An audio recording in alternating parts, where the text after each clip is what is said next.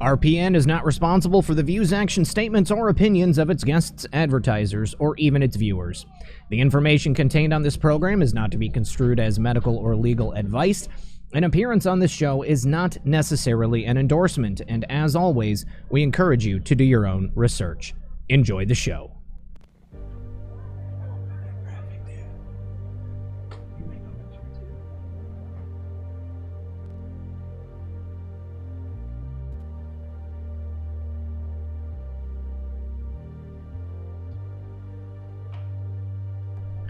Good evening, everyone. You're listening to Red Pill 78. As always, I am Zach, the Corruption Detector, and this is another edition of Red Pill News, a very special edition. Tonight is our official Trump Victory MAGA meetup. We are broadcasting live from Port Clinton, Ohio. You guys are going to see the party we're having here, and then we're going to be watching the debate a little bit later on. This is a very power-intensive stream tonight, guys, so we're going to try to alternate between showing some stuff going on here, and we're also going to be talking about some stuff that's popped up today. We've got some posts, we've got several stories, JR is with us, we've also got Real Red Pill Girlfriend and Muffin and Chi-Chi. I don't know if she's going to be making an appearance, but we are going to be hanging out with you guys tonight and having a great time. I hope you guys are having a great day as well. Please do me a favor. Don't forget to like and share this broadcast. Also, make sure I get a 5x5 in the chat so I know you guys can actually hear me. It looks like you can in the chat, but I just would, I wouldn't mind getting a little confirmation.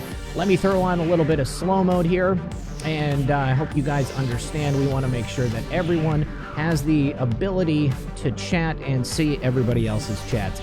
Yes, it looks like you can see me. All right, so once again, broadcasting live on location from Port Clinton, Ohio.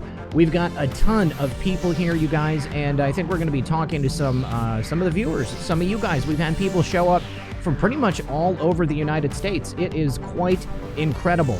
All right, so do me a favor, sit back, relax, grab your popcorn, and we'll be right back after a very brief word from our sponsor. Hey guys, I want to talk to you very frankly about the increasing civil unrest we're seeing in America these days. You can't turn on the news without hearing about more riots, violence, looting, killings, lawlessness, and general mayhem in too many cities, and now it's creeping into the suburbs. Sadly, I think the worst is yet to come. This isn't stopping anytime soon.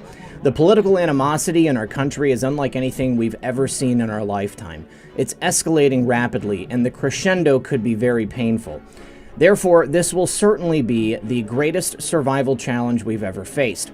Don't feel bad if it seems that you're almost powerless to stop it. We're all in the same boat, and a lot of people feel that way. However, I want to focus your attention on what you can do to survive. Priority number one in times like this is to make sure you have enough food to eat. If and when the system falls apart, you're going to need it. And I'm not trying to scare you, I just want to prepare you. You see, those who know what's coming are using today to protect themselves and their loved ones from the uncertain future we all face. I know you're not willing to be a victim, but these days, anything can go wrong at any time. And that's why self-reliance and emergency preparedness are vital requirements, no matter who you are. If you know me, you know I fully endorse my Patriot Supply. They are the only source I personally use and trust to get through the tough times ahead, and you should too. Right now, you can save $100 on a full 4-week supply of delicious, nutritious meals your whole family will love.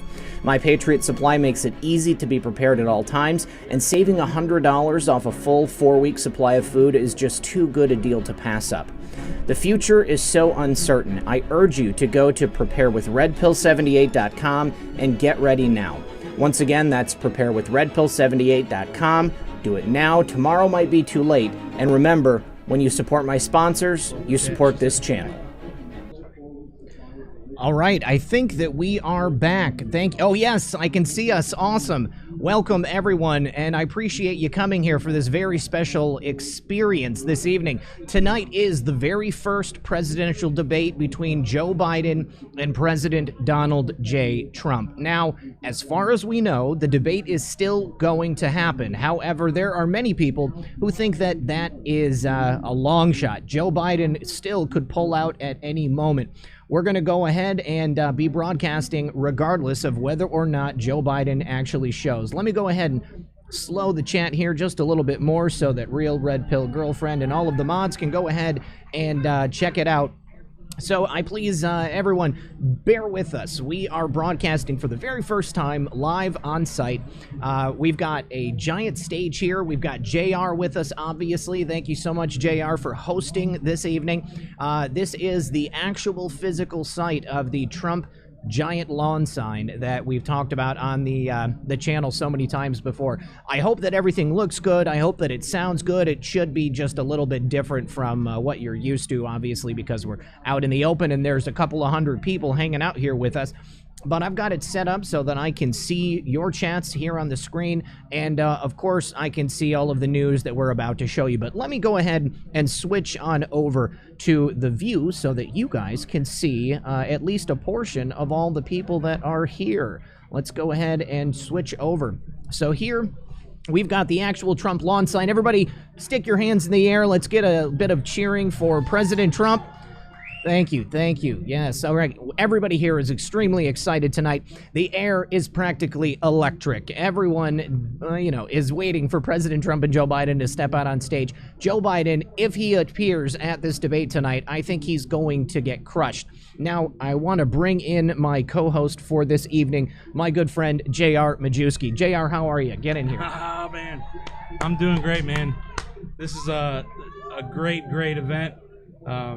Everybody's showing up. We've had some local politicians. We've had Rob Weber. We've had Mark Pakita. We've had DJ Swearingen. We got the news out here. There's golf carts everywhere. We got flags flying. It is a really awesome time. And I got to meet Muffin. Oh, man. And Chi-Chi. Don't forget. I mean, yeah, I can't forget. And, it's just been a great, I can't even, I'm at a loss for words. So, JR, I'm at a loss for words over that jacket, dude. That is sick. Now, do me a favor. Grab one of those T-shirts from over there so you guys can see. We had one of our viewers made Red Pill 78 tees for this event here, and they are pretty cool. Check that out. This is my size. Hold it up just a little bit more so we can get over the camera. Yeah, stand up. There we go. Now come this way. Perfect. Yeah. All right, so you can see it's got Red Pill 78, the 17th letter of the alphabet. On the back it says corruption detector. So very cool. Looks like somebody says 93,000 people are waiting on Fox. We're going to be playing the Donald J. Trump official YouTube stream link tonight because that way we won't have to worry about any copyright infringements or anything like that. President Trump is usually pretty good about allowing his viewers to stream on other channels.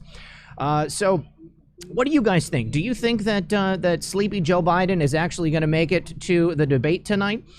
He was just recently hanging out with Governor Ralph Northam of Virginia, one of the crazy Democrat governors of some of the blue states, and he apparently came down with the beer bug, CV-19. He tested positive, so there's always the chance that Joe Biden might not show up because of that. He might have to go into quarantine, but I want to get a 1 in the chat if you think that Joe Biden is going to show up tonight. Give me a 2 if you think that Joe Biden is going to crap out and he's not going to be here.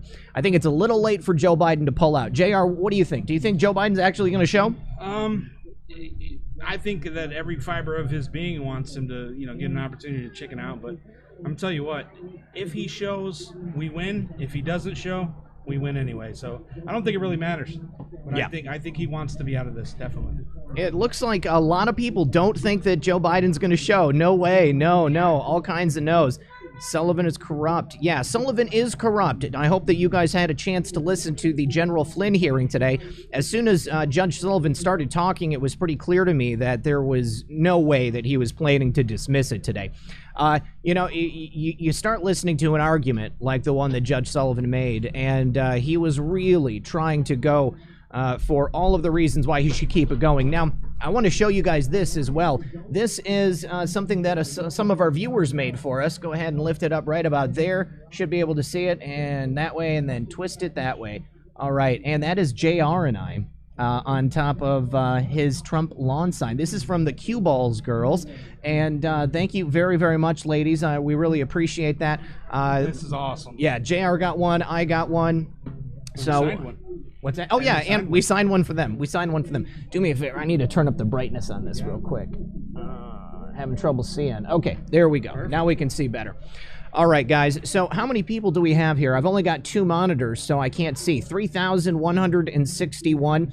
4,450 now. Okay, guys, do me a favor, if you wouldn't mind, please leave a like on this and consider sharing it on your favorite social media platform.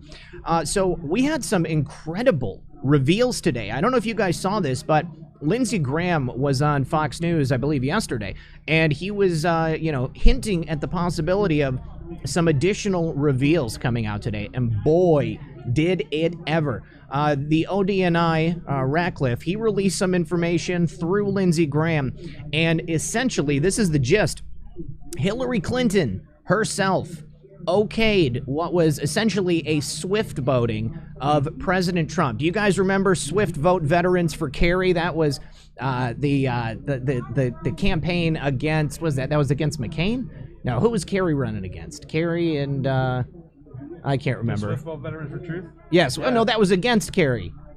No, it was. Was it against McCain? No, it was Kerry's group against McCain. Kerry's group against McCain, but that was, I don't know. No, I don't know what it was. It's hard to remember live. It is difficult to remember. I don't have any notes pulled up on that. But essentially, Hillary Clinton's her campaign orchestrated the Russiagate narrative against President Trump. They knew what they were doing. They were creating this false narrative so that it would try to take any pressure off of her for using a private, unsecured bathroom email server. And she knew from the very beginning. I mean, essentially, we've said on a number of occasions that it was Hillary Clinton's campaign. They were the ones who were working with Russia. And, they paid for the dossier. They paid for the dissemination of the dossier. And they knew from the very beginning that there was absolutely no truth to the Russia narrative. Probably they knew that there was some questionable ties between Hunter Biden and Joe Biden and the Russian nation. There we go. No, it was against Kerry. Okay, so who was it that pulled the Swift vote veterans? Swift boat veterans. I can't remember. Kerry versus Bush. That was it. That was it. Yep. Yeah. Okay. So, so she knew from the very beginning, and I believe all of the Democrats were involved. But we actually have a letter from the Office of the Director of National Intelligence. Let me go ahead and bring us over to there. So right here, this is from John Ratcliffe. And he wrote this letter to Chairman Graham. He said, in response to your request for the intelligence community information related to the Federal Bureau of Investigation's Crossfire Hurricane investigation, I have declassified the following. In late July 2016, U.S. intelligence agencies obtained insight into Russian intelligence analysis alleging that U.S. presidential candidate Hillary Clinton approved a campaign plan to stir up a scandal against U.S. presidential candidate Donald Trump by tying him to Putin and the Russians' hacking of the Democratic National Committee, which never happened. We know that that is a complete fabrication as well. But the IC does not know the accuracy of this allegation to the extent of which Russian intelligence analysis may reflect exaggeration or fabrication. So they're still leaving it open to the possibility that Hillary Clinton, maybe didn't have much to do with it, or maybe there's some truth that President Trump was attached to Russia. But we know that was definitely not the case. Now, according to his handwritten notes, former Clowns in America director John Brennan subsequently briefed President Obama and other senior national security officials on the intelligence, including the alleged approval by Hillary Clinton on July 26, 2016, of a proposal from one of her foreign policy advisors to vilify Donald Trump by stirring up a scandal claiming interference by Russian security services. On the 7th of September 2016, U.S. intelligence officials forwarded an investigative referral to FBI Director James Comey and, of course, Deputy Assistant Director of Counterintelligence Peter Strzok regarding U.S. presidential candidate Hillary Clinton's approval of a plan concerning U.S. presidential candidate Donald Trump and Russian hackers, hampering U.S. elections as a means of distracting the public for her use of a private email server. Real Red Pill Girlfriend and the mods need me to slow the chat even more. Let me get that taken care of here for you, friends. And we're going to go to 140. Okay. All right, guys. And so here's the takeaway. Hillary Clinton approved it. Her campaign created it. President Obama was briefed about the fact that this was being done. James Comey knew about the fact that this was being done. Peter Strzok knew about this fact that this was being done. So it is a complete ridiculous thing that they did, running this investigation against President Trump. They used this as an excuse to go after President Trump. Peter Strzok, he ran the investigation itself, both the mid-year investigation and the Trump-Russia collusion investigation. President Obama knew what they were planning on doing. Everyone was read in on how fake this was. Yet they wasted all this taxpayer money. They wasted all of this time, and all for what? A coup against a democratically elected president of our great republic. There was never anything to the Russia hoax sham. It was always a bunch of garbage. There was no evidence suggesting anything. It was all made up by Hillary Clinton and people in her campaign, and it was run by her most trusted associates inside the United States government. Can you guys even believe that that's what's happening? I, at this point, am surprised by nothing. I am only surprised that finally we got something conclusively telling us that this was the case. JR, this is exactly what we've been saying all along. Everybody was in on it. Everyone knew that it was fake. Everyone was read in, and yet they participated because it is not in their best interest for President Trump to be in office. President Trump, the first president in my lifetime, certainly, out there actually working for the American public, and all of these guys were using America as their own personal piggy bank. And now we have the evidence. It is public matter, and we can be using it against them. Now, what is really exciting, JR, is that there is a portion right here that Ratcliffe mentions at the end. As referenced in his 24th September 2020 letter to your committee, AG Bill Barr has advised that the disclosure of this information will not interfere with ongoing Department of Justice investigations, and additional declassification and public disclosure of related intelligence remains under consideration. However, the IC welcomes the opportunity to provide a classified briefing and will further detail at your convenience. Now, what have I told you on this channel before? When we hear about it, when we get this information in the public, it's because they've already used it in the course of their business at the DOJ. All of the investigation in regards to this stuff has already been done. The indictments have already been signed. All they need do is be delivered. There is not an ongoing investigation in relation to this. They've already used all the evidence and they've got it all taken care of. So now that it's safe for the American public to know about it, these people are sweating bullets because the truth is finally out. JR, this is some of the most exciting news that I've heard in a long time. I wonder if President Trump is going to bring this up tonight at the debate. I mean, this is some pretty bombshell information.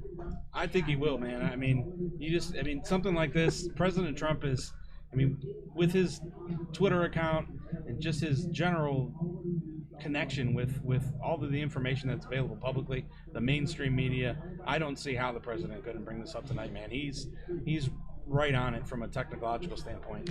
Now, besides this, I believe that this is something that must come up tonight. But there is also something that President Trump and his campaign put out. It is called 17 Questions Joe Biden Must Answer in the Debate. Now, we've already got the questions, or rather the subjects that are going to be listed tonight in the debate. However, President Trump, of course, has the opportunity to interject. Now, I just want to go through these 17 things that President Trump and his campaign team believe that Joe Biden needs to answer tonight. Now, also, we've got over 5,500 people here now. You guys, do me a favor, if you don't mind, give us a like, leave a share. We'd really appreciate it. I appreciate everybody who came tonight. We've got a lot of wonderful patriots. I've had a great time talking to people, taking pictures with people, just hanging out. The dogs were not on their best behavior, but this is the first time in a long time they've been around this many people out in the wild. All right, so let's see. These are the 17 questions that Joe Biden must answer. First of all, in relation to Joe Biden's son, Hunter. Your son, Hunter Biden, received $3.5 million wire transfer from a Russian billionaire who was married to the former mayor of Moscow. He also had a joint bank account with a Chinese national that financed $100,000 in credit card purchases. Remember, Hunter, his family, Joe's brother, his uncle, they were out living a lavish lifestyle off of this $100,000 joint credit account. They bought airline tickets. They went to fancy restaurants. They bought things at the Apple store. They bought handbags and probably shoes and stuff like that. Jojo K, are you there with Red? Yes, she is here, but she's just not on camera. There's too much other stuff to put on camera. Sandra, unfortunately, JR and I are using the same mic, and he can only get so close. So we'll do our best to get JR closer next time he has something to say. Now, the next thing that President Trump believes that we need to ask Joe Biden about. You recently said you got started at Delaware State University, a historically black college or university. The school says they have no record of you ever attending. What did you major in there?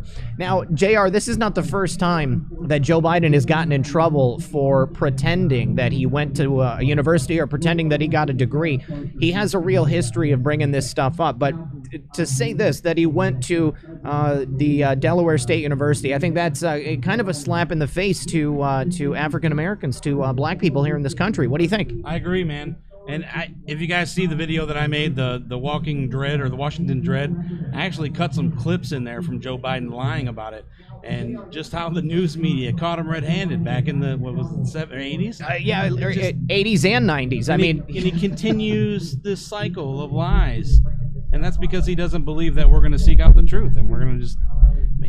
That should speak for itself for this guy. I mean, he thinks that he can lie to us bold-faced, and then we're not going to acknowledge our history. Maybe that's because one side of the party, or one side of our political party, doesn't really care about the truth. Yeah, they don't care about the truth at all, unfortunately, and that's something that we've had here in this country for far too long, and that is what we're trying to change with President Trump getting elected for a second term. You guys, it is absolutely imperative that President Trump is elected to another 4 years in office. Now, I don't know if you saw the show with Mark Taylor the other night, JR, but Mark Taylor had some very interesting things to say. Hold on, I need to fix... I didn't actually. I had to cut out because I had to finish up painting. Oh. I do remember when he came on, I had to jump off and finish up my painting and clean up before my wife killed me.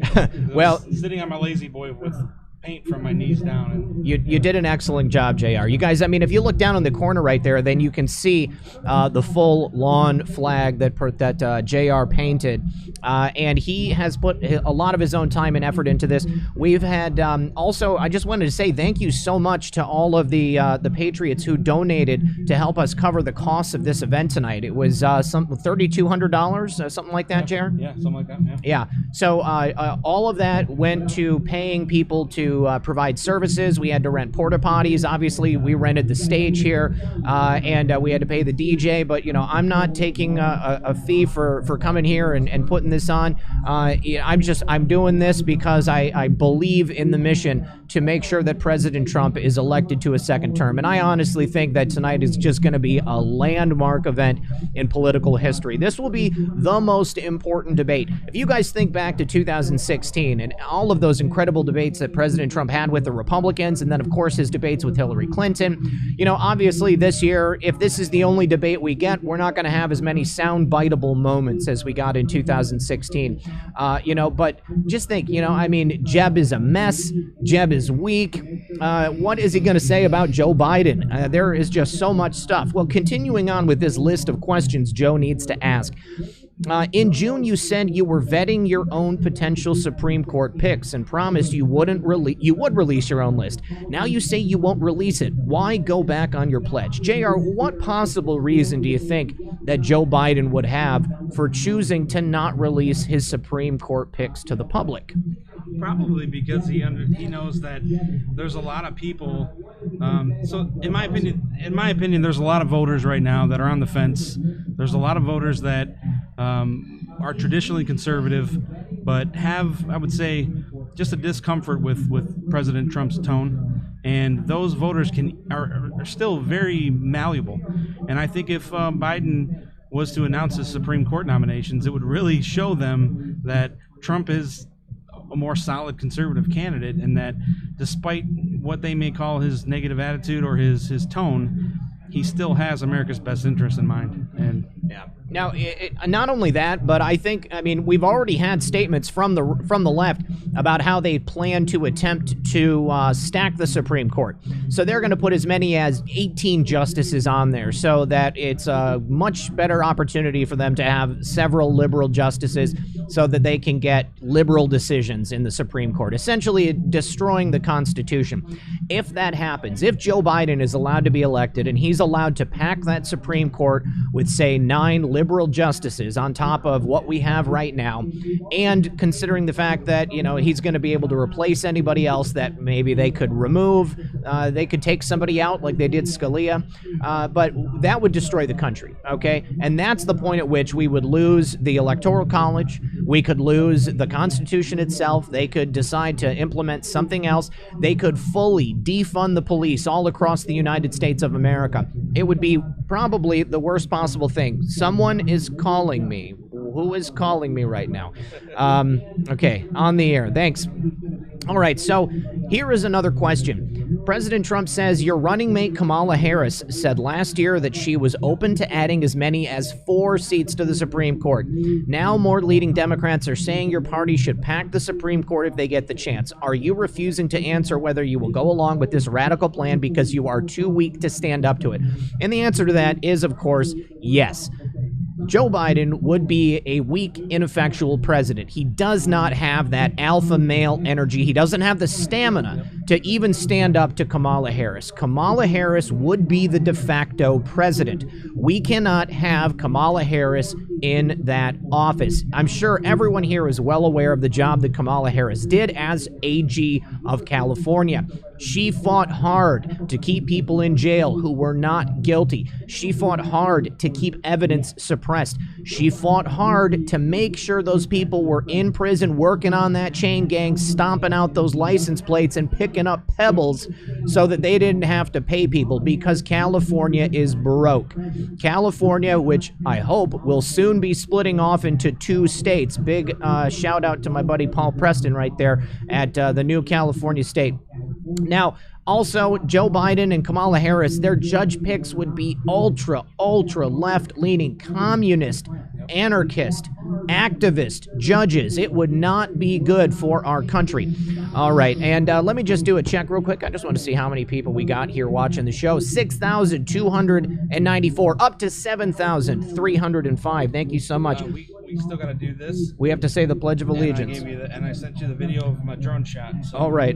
Let me get the drone shots pulled up here, and we'll go ahead and see that, and we will say the Pledge of Allegiance. Okay. Here it is. All right. Oh God, you guys, this is great. This is great. Hold on. Let me make this big.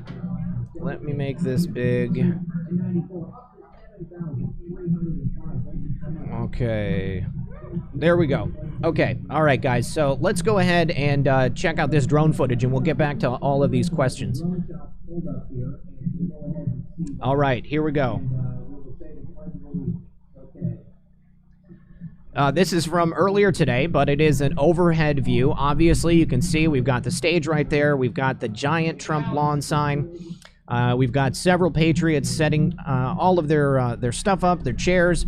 We've got Rob Weber for Congress signs and Trump Pence 2020. We've got JR's uncle, and there is Muffin and Chi-Chi right there standing with me and Trump Be Cool. There we go. Awesome. Yeah, you guys, when people were starting to get set up, everybody was afraid to sit on the lawn because they didn't want to mess up the sign, but obviously, it is not the American flag, so we allowed people to get on there. But look at that beautiful view. JR has just a beautiful home. There is so much space around here. There is, pretty much everybody has boats, and we're right on the water. Right on the water, guys. All right, awesome. So let's get back to these questions here. So Number 5, in January of 2017, you said the Democrats should not block President Trump's nominees for the Supreme Court. You said you believe the Constitution requires the Senate to give the nominee a hearing and a vote. In 2016, you said you would go forward with the confirmation process of a Supreme Court nominee even a few months before a presidential election.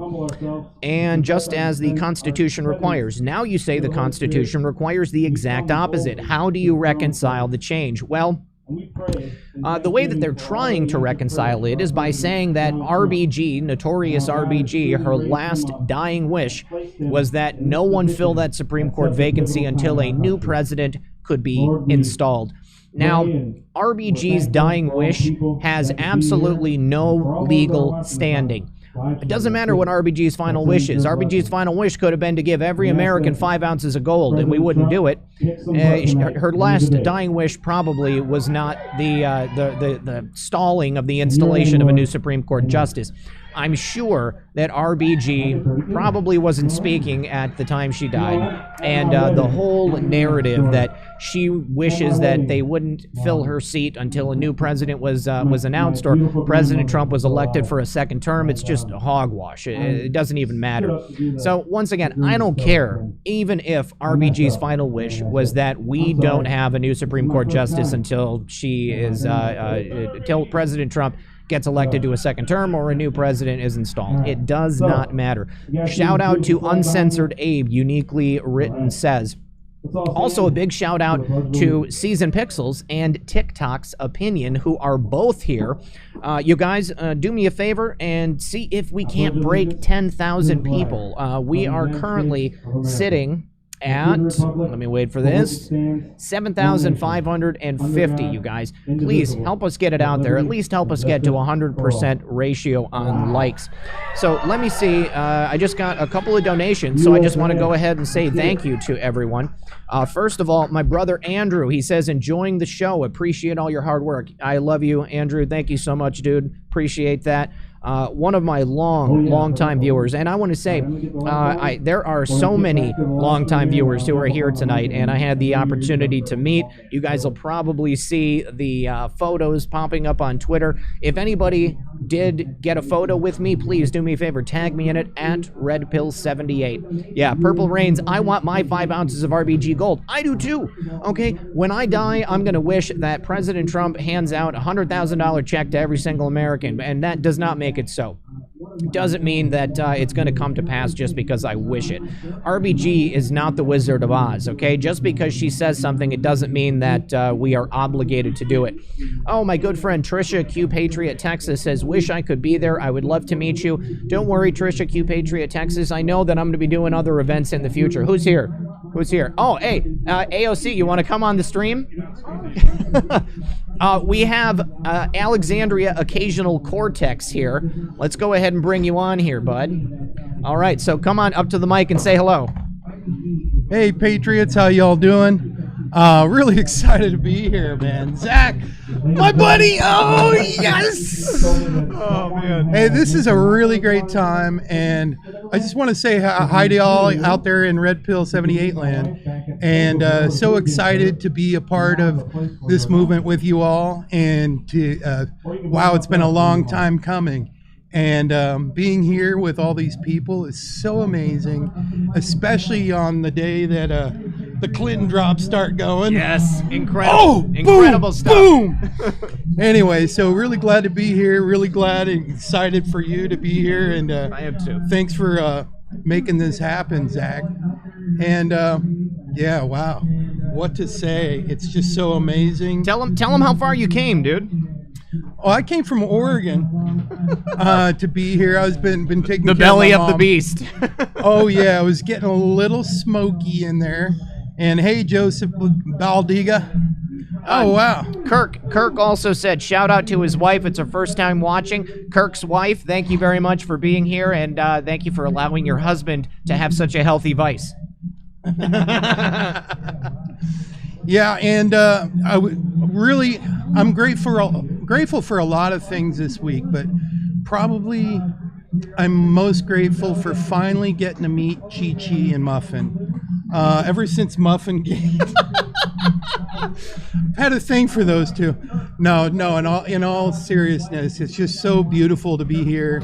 I know a lot of you that we've gotten to know each other in live chat, just, digital soldiers.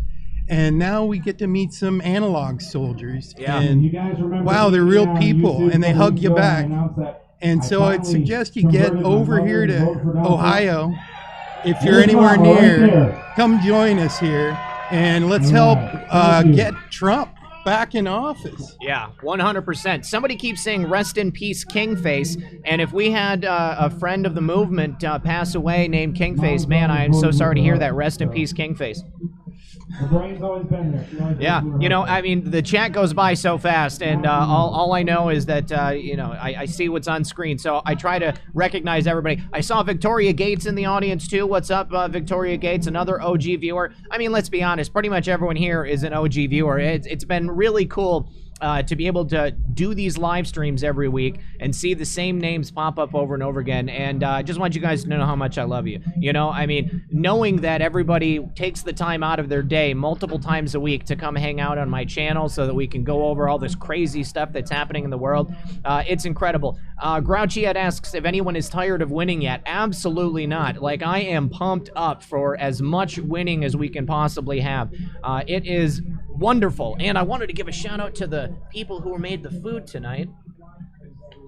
Right here. Calixto Guerra from Los Gueros Barbecue. There we go. Thanks for that awesome food, dude. I really appreciate it. It was good stuff. Yeah. Oh, good to see Seasoned Pixels here. Yes, and TikTok too. Yeah. That was really great. I had come over for a Scout Fest in Atlanta right before here. Yeah. And so I want to give a shout out to our PSB brothers and sisters and our 5x5 brothers and sisters out there. Thanks for rocking it. It takes a teamwork to make the dream work, and it's just good to see this all enveloping the way it is. So Kate just asked me to turn on, Kate Pickram asked me to turn on Super Chat. I figured everybody would know this at this point, but I was fully demonetized back in May. YouTube took away my ability to have commercials on my channel and have them pay me for them. And they took away my ability to get Super Chats. They took my ability away to have memberships. So the only way that you guys can donate to the channel and help support me directly is through Cash App and PayPal, which my mods will go ahead and drop into the chat. So if you have Cash App, it's $RedPill78. If you have PayPal, you go to paypal.me/RedPill78news. And that is the way that you can donate to me. Unfortunately, YouTube took away monetization, so they said that my content is harmful and abusive, which we all know that that's not the case. We're just going to go ahead and keep plugging along. I mean, the point was not to get rich doing this. The point was to spread the message and to support the president. And for those of you who don't know, tonight is an officially sanctioned Trump victory event. Team Trump is supposed to be here. I don't know if they actually are because I'm up here on stage and I've been getting ready. Showed up. They showed up? Okay, so Team Trump is here. So they are passing out some Trump swag. I already got my Maga shirt on underneath here, Trump 2020, and I have a couple of different Maga hats. So hopefully I'll get some additional Trump swag, and I will go ahead and show it on stream if I go ahead and get it.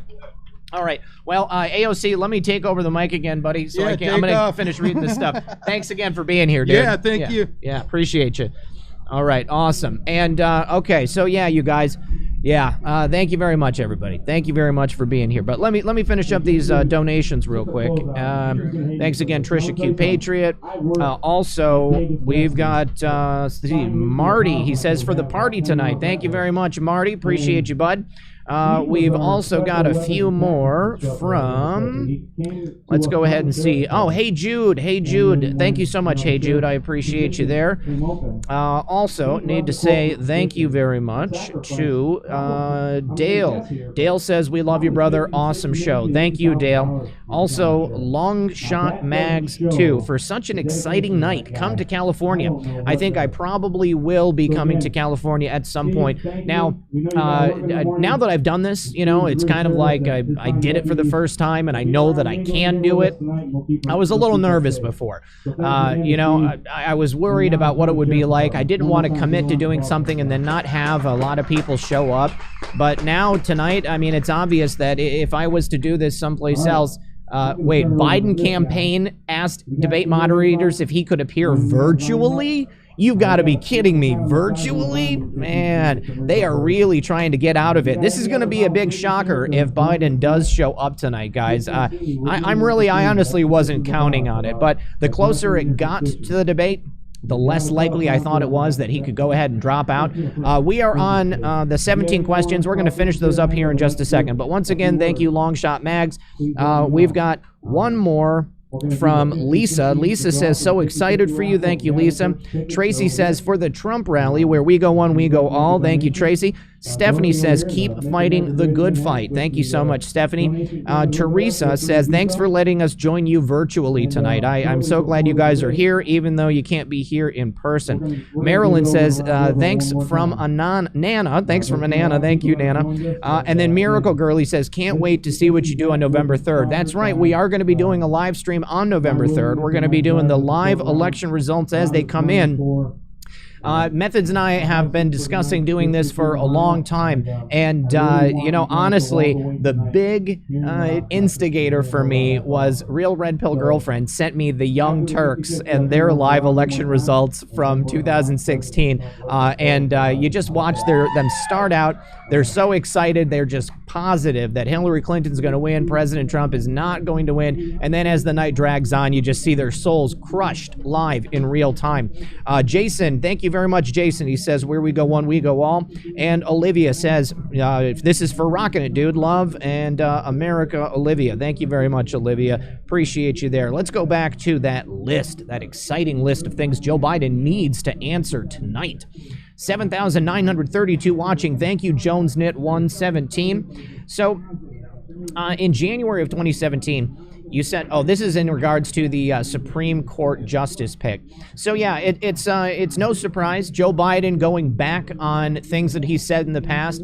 Now, of course, he would say that the Senate should not block a Supreme Court pick, or that the government should not stop President Trump from putting in his choice for Supreme Court, because I think that they believed that they were going to keep RBG alive virtually until after this election here in 2020. And of course, they were going to try to steal the election one more time.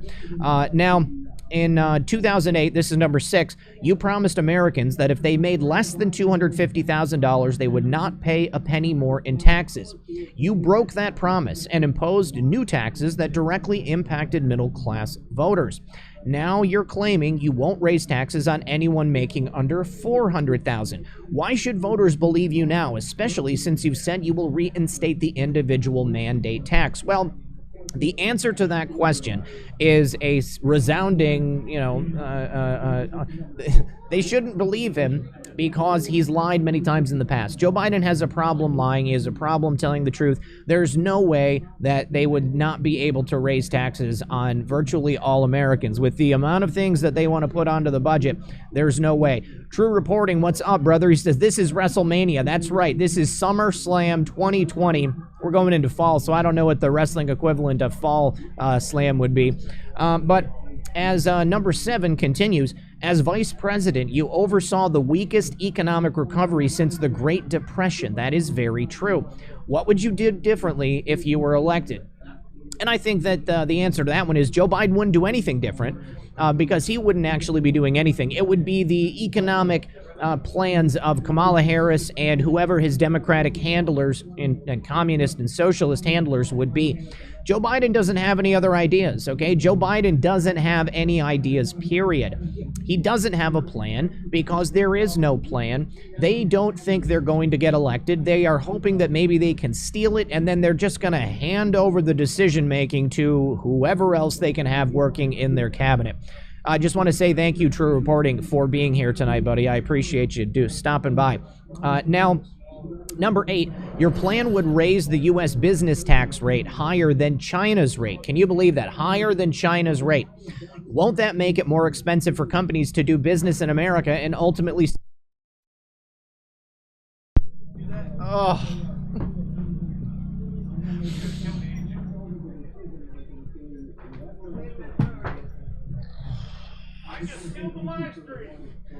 All right, I don't know if you guys can still see me. It says it's still streaming. It says it's still streaming, but we lost the feed for a second there. Hold on, let me get back to the live shoot and see if I can get the live image back up.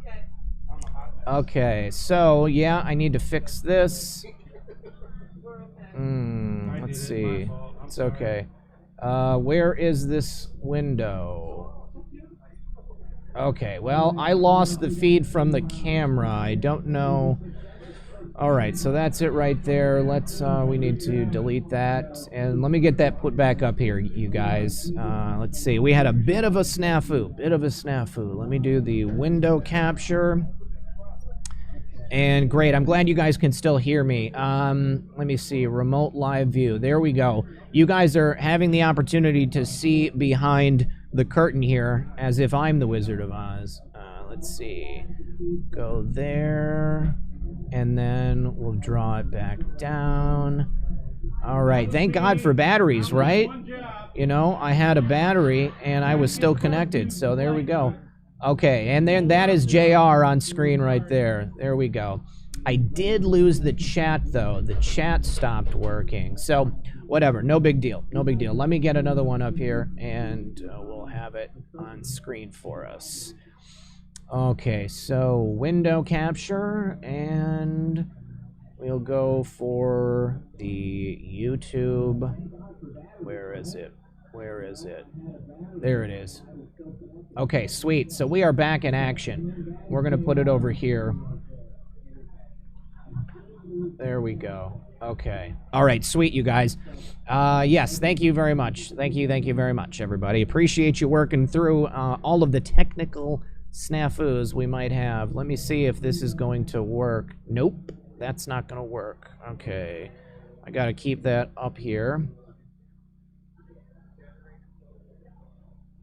Okay, where is the window? All right, so we got to put this over here and this over here. All right. And then I got to readjust now that everything is moved.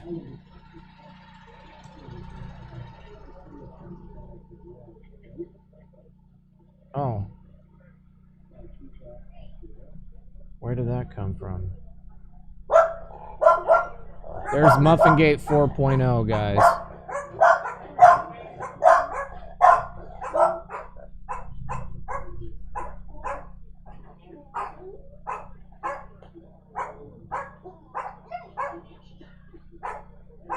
Huh.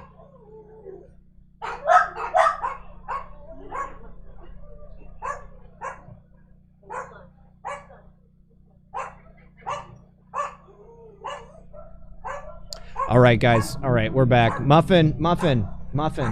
Chill out, honey. They are not usually around dogs this much, so they're a little freaked out. Hey. Come here.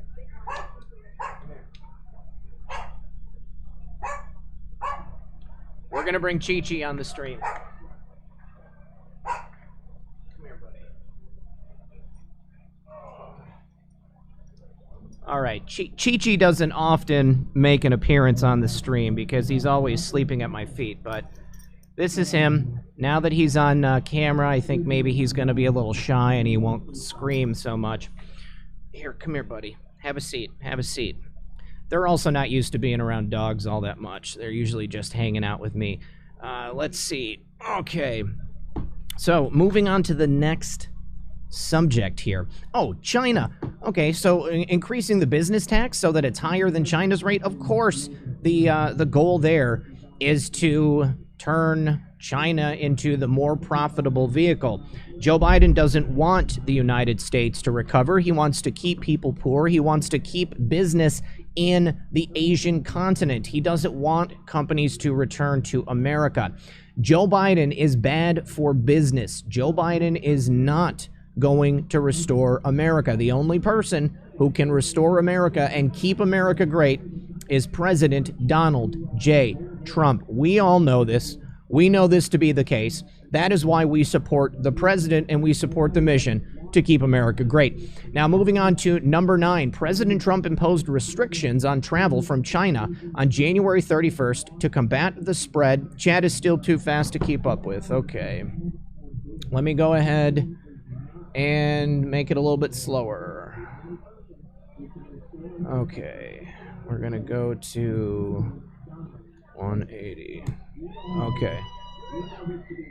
All right. And I don't know what they're watching out there, but it sounds like people are having a good time. Okay. All right, guys. China. China is the enemy, not the people of China, but the Chinese Communist Party. So President Trump imposed travel restrictions on travel from China on January 31st to combat the spread of the beer bug. Why did it take you 2 months to say you supported that decision? Well, I think that it's the same reason that Nancy Pelosi was telling people to visit Chinatown. She did not want the virus to stop spreading. She needed it to spread so that people like Joe Biden and Nancy Pelosi could then blame President Trump for the spread of that virus, when clearly it wasn't him that did it. It wasn't his administration. It was the Chinese Communist Party. They are the ones who spread the beer bug here, and that's the only person or people that we need to look at when we are looking for who to blame in this entire sad mistake. Now, moving on to number 10. In 2008, Joe Biden and Barack Obama promised to fully fund the federal COPS program, which provides resources to local law enforcement. But funding for this program was cut while you were vice president. Despite your promise, why did you fail to keep your word? Well, I think that's an easy answer, too. Joe Biden hates law enforcement. Joe Biden does not black the blue. Joe Biden does not support our men and women in uniform on the streets of American cities, saving us, enforcing the law, keeping people safe. Joe Biden hates law enforcement. That's why so many police officers support President Trump. That's why we're seeing so many law enforcement organizations throughout the country supporting President Trump. Yes, I am steaming the debate Sterling Cannabis. I will be streaming the debate live here on my channel. We're just going to be hanging out until then. And I'm hoping that in a few minutes, I'm going to need to take a little bathroom break, guys. So please do me a favor. When that happens, I'm going to go ahead and switch to the intermission screen. I'll be gone for just 2 minutes. Please don't go anywhere. Stick with me, and we'll be right back after that short break. Now, earlier this year, your campaign staff donated money to the Minnesota Freedom Fund, an organization that bailed out of jail a rioter who shot at police officers and other violent criminals and sexual predators. Your running mate Kamala Harris also urged people to donate to the organization and is still raising money for it. Do you condone that? I think Joe Biden obviously condones it, because Joe Biden basically is having Kamala Harris as his handler. He doesn't have any opinions of his own. He simply is a puppet for the left and for his liberal, communist, socialist handlers that are supporting him and keeping him propped up financially. And of course, Kamala Harris will be the de facto president if she and Joe are put into office. We cannot let that happen. Joe Biden must not be president. Kamala Harris must not be de facto president, as she's vice president. Donald Trump must be elected for a second term come November 3rd, and even if it takes longer than November 3rd to make it happen. And now, continuing on to number 12, you say if you're elected, you'll push to give citizenship to the 11 million undocumented people in our country. Why do you believe they should receive Medicare and Social Security benefits? Why? Why, Joe? Why do you want to give these benefits to people who are not citizens of our nation? There is a legal path to citizenship. There is a means by which you come to the United States as an immigrant, you apply for citizenship, you put in your time, your money, your effort, and you become an American. These 11 million people that he's talking about came here illegally. They are not doing it the right way. They are jumping ahead of people who did it the right way. Now, this brings me to an excellent story I wanted to talk about. I'm just going to give you the little lowdown on it. I'm sure that all of you are well aware that Project Veritas, James O'Keefe and the boys and girls at Project Veritas exposed a massive voter fraud and voter harvesting ring in Minneapolis, connected to whom? Ilhan Omar. Ilhan Omar is the one running this voter fraud ring. And it is taking thousands, if not millions of dollars in federal tax dollars from the American people and being rediverted into buying votes for people. It is a disgusting thing to see. However, we've got the receipts. There is also an investigation in Minneapolis by the Minneapolis police into Ilhan Omar and her voter fraud ring. Now, Omar on Twitter was trying to divert attention to President Trump's tax return, which is total garbage, fake news from the New York Times. President Trump did not pay $750 only in tax. And if you want to get real technical, since 2016, since he's become president, he has not taken a salary. He's donated his salary as president of the United States. And, as far as I'm concerned, they are a garbage rag. They don't produce news. All they produce is hit pieces created by the New York Times for the Democratic Party, for Joe Biden and the campaigns, everyone moving against President Trump. All right. Moving on to the next question that Joe Biden must answer. When you were running for president in 2007, both you and Obama pledged to renegotiate NAFTA, a promise you did not keep when you were in office. You recently blamed Republicans for this, saying they wouldn't go along with it, but Democrats controlled Congress in 2009 when the Obama administration announced it would not even try to change NAFTA. So why did you fail to keep your word? Obviously, once again, Joe Biden is part of a cabal of criminals here in the United States and abroad who does not want the United States to succeed. They want to turn this country into a communist nation. The only way they can do that is to destroy every ounce of business that we have here in this country. They have to turn everything into a government-funded operation, and that means destroying jobs, importing them out, and making sure that people need to survive on some type of, basic minimum income that's going to be coming from the government. And then we're going to have to depend on the government for food, for toilet paper, for all basic necessities. It's going to be a terrible, terrible thing. They need to prosecute these people, and they need to do it fast. And I think it's just around the corner. Now, next, number 14. When you voted to give China most favored nation status in 2000, you said you did not foresee the collapse of the American manufacturing economy because of it. But by one estimate, it led to the loss of 1 million manufacturing jobs in the United States. Do you acknowledge that your vote to give China most favored nation trade status was a mistake that hurt American workers? I would love to see Joe Biden admit to that because it is incontrovertible. There's no way around it. Joe Biden and his decisions while he was in the Obama administration exported a lot of jobs out of the United States. And only by the grace of God and Donald John Trump have we been able to re-import these jobs because he is bringing manufacturing and business back to the United States. Now, in number 15, in 2009, H1N1 swine flu pandemic infected 60 million Americans when you were vice president. And the federal government depleted its strategic stockpile of N95 masks in response. A fact check by USA Today found that your administration made no effort to replenish the stockpile of masks, no effort to replenish the, despite warnings from experts. Now, do you accept responsibility for that failure, which left America unprepared for another pandemic? He's stating that the reason we didn't have the masks this time around is because Joe and Obama used them up back when this initial pandemic came out in 2009, and they failed to refill them. They failed to do anything about it. Number 16, your campaign says it is a lie that the Biden-Harris ticket is the most radically pro-abortion ticket in U.S. history, but they are. And are there any restrictions on abortion that you support? And if so, please be specific. I think the answer to that is no, there are no restrictions that they want on it. Ooh, this last one is a real doozy, especially considering the fact that Kamala Harris is the running mate, and we have a very, very tight situation here in the United States. Joe Biden said the N-word 13 times during a 1985 Senate nomination fight when you were quoting something attributed to someone else. Do you think that was appropriate to do? Is that the only time you've said the N-word? Ooh, burn. Sick burn. Let's listen to JR. I am going to put my drone up in the air one more time, get a good photo for everybody. So if you hear some whizzing around, that's just me trying not to crash my drone. All right. So thank you to the ladies from the Republican Party of Ottawa County, Tony, Jill. Really appreciate you guys coming out. We know you're going to stick around for the debate, but thank you for everything you've done. It's amazing. All right, guys, I need to take a bathroom break real quick. I'll be right back.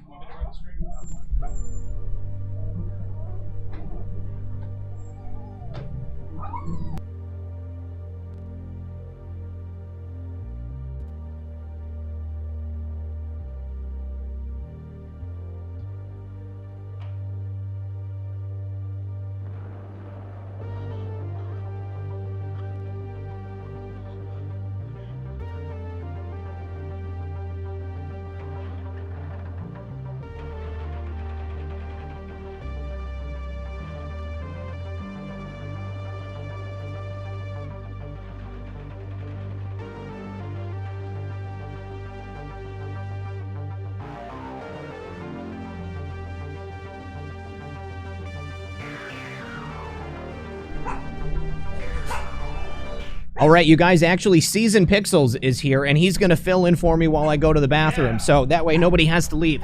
Ain't no pressure or anything, right? I'll be right back, and then we'll be out together. Cool. What's going on, everybody? Season Pixels here.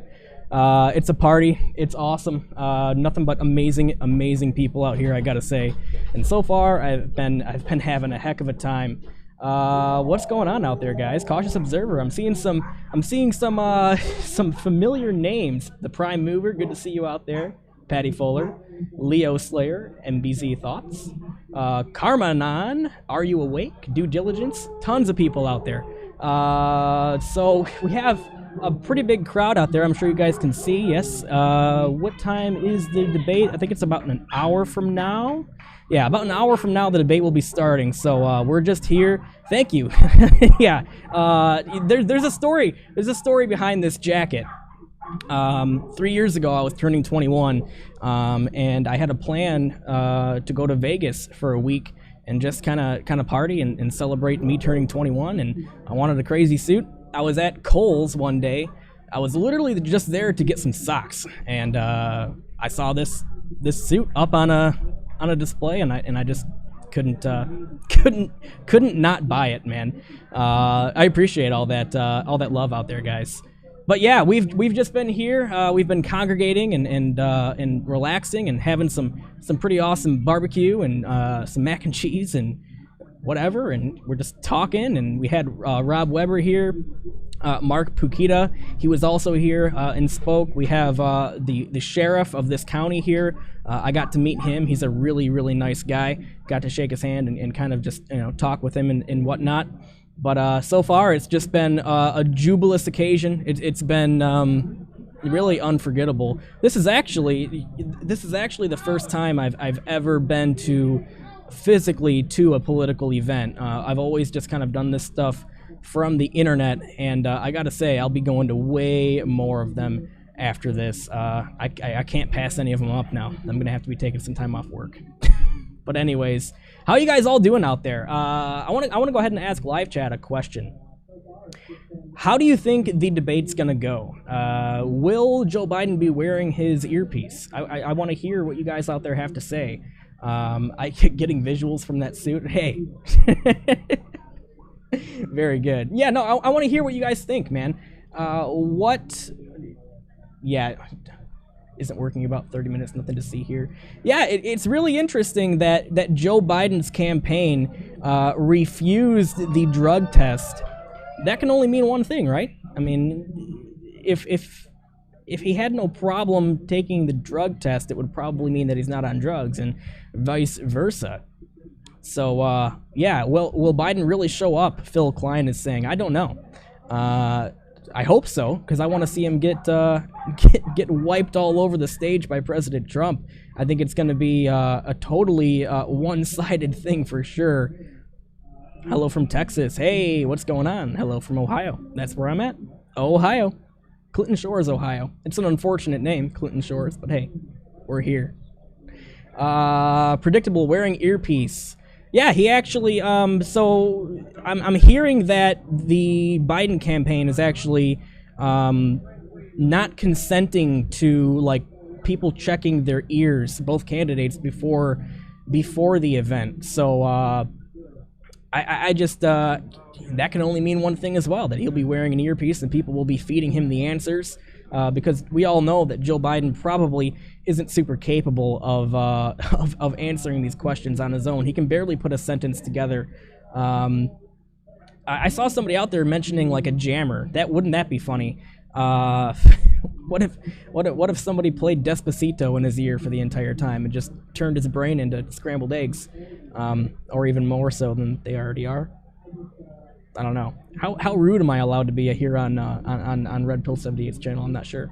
But hey, guys, who else is here?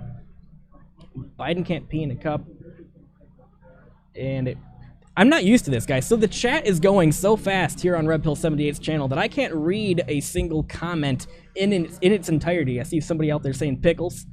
Very good. Finally, Methods face? No, this... So, okay, so Season Pixels is not Methods, and Methods is not Season Pixels. I'm Season Pixels. Methods doesn't show his face. It's understandable. But, hey, Methods, if you're out there, much love, man. Hope you're doing well. Who else is out there? Dustin Goats, Christine Thomas, Rook Castle, Brenda Fox, Nick L, Josh Duckworth, TM, Sunshine Savannah, Karen Lindquist, Allie for Truth is out there, Marnie, Brenda Webster. I just want to say thank you to everybody out there who could not make it here but are watching this stream to digitally attend as well. This is a MAGA party of epic proportion, and all of you out there watching, you might as well be here physically, but you're here in spirit, and that's what counts. How much time until the debate? We have about 52 minutes until the start of the debate. No show Joe, yeah. Here's an idea. Put a 1 in live chat if you think Joe will show up. Put a 2 in live chat if you don't think he will show up. Let's see what happens. I want to see what you guys think. And Red Pill is on his way back, so I'm going to go ahead and get out of your guys' hair. Thank you for allowing me to cameo on your channel and fill in. Hey, I'll say a few words. Okay, there should be another chair right there, right there. Okay. Oh, by the way, breaking news. What's that? Biden is going to take a drug test. Really? He's taking a drug test? Austin Steinberg's Whizzinator. Biden using Austin Steinbart's Whizzinator to take a drug test. Guys, this is breaking news. Okay. So TikTok, if you're watching, you left your gimbal in the porta potty. I grabbed it for you, though. Okay, I'm going to give it to Pixels. There you go, Pixels. Okay, Muffin. Muffin, you coming up here, honey? All right, so Muffin is hanging out. There you go, Tick. Thanks, bro. Well, you got to come up here next, dude. All right. Okay. All right, so we are having a bit of an overload on the computer, as you can imagine. We got a lot of stuff running here, but Pixels, I'm so glad that you came out tonight, dude. Glad to be here, man. Here, come as close to the mic as you can. Don't be afraid to get right up in my face. We'll do this. All right, so how's your day been, man? You came with TikTok? Yes, I came with TikTok. I picked them up. So far, it's been just amazing, man. I mean, I've never been to a political event like this before. I've never been to any political event, like, physically. Really? So, this is the first time, and I gotta say, I'm really enjoying the heck out of myself. It's pretty cool, you know? I mean, like I said, it's an official Trump victory event. Yep. So, obviously, we're hoping to help usher in another Trump term, another 4 years for President Trump. Anytime a dog comes by, Muffin and Chi-Chi freak out a little bit, but hold on, I'm hoping to keep her quiet. It's like Muffingate 8.0 at this point. Yeah, Muffingate is off the chain tonight, for sure. Yeah, okay. Okay, so Biden will not show up. People still don't think Biden's going to show up. I mean, I feel like, you know, the debate is in just about an hour, so if he doesn't show up... Okay. JR sent us another video of drone footage, so let me go ahead and get that pulled up, and I will show that to you guys. Let's see here. All right. I don't even know what this is going to look like. I haven't seen it myself yet. Okay, so let me make this big, and then you guys can see it yourselves. Oh, that's totally okay. Awesome. All right. So here we go. Oh wow. Yeah, that's pretty cool looking. Look at that. Trump 2020. You know, I mean, the entire neighborhood here is filled with Trump signs. Somebody told me they saw one Joe Biden sign. I didn't see any Joe Biden signs. He's the only guy that has a no parking sign on his lawn, and we're like 3 blocks away. Because he knew that we were going to have a ton of people here tonight. All right, so you know, I don't feel any enthusiasm for Joe Biden. You know, I mean, Pixels, I don't know about your neighborhood, man, but I mean, like, where you're from, I mean, are you seeing anybody who supports Joe Biden? Well, interestingly enough, so I'm in rural Michigan, right? Okay. Right in central Michigan. Okay. And most of the people around where I live, within a couple mile radius, it's clear they're voting for Trump. Yeah. But there is one person who is one of our neighbors, actually, with a Biden sign in their yard. Okay. Now, I don't know these people because we don't really talk to them, but what I've noticed is anywhere rural, you're going to see Trump signs everywhere. Absolutely, yeah. But driving through downtown areas, you know, like places like Owasso, Michigan, places like that, Okay. you will see Biden signs, but the Trump signs still, in my experience, have overwhelmingly outnumbered the Biden signs. I live in a heavily Democrat area, but even still, I'm hardly seeing any Biden signs. Only a couple. You know, I'm seeing actually more signs that people are just, you know, like they're not necessarily supporting Biden, but the people that don't really necessarily support Trump. So it's like any functioning adult, that kind of a sign, you know, but there's just no enthusiasm. Joe Biden doesn't have the support that President Trump has.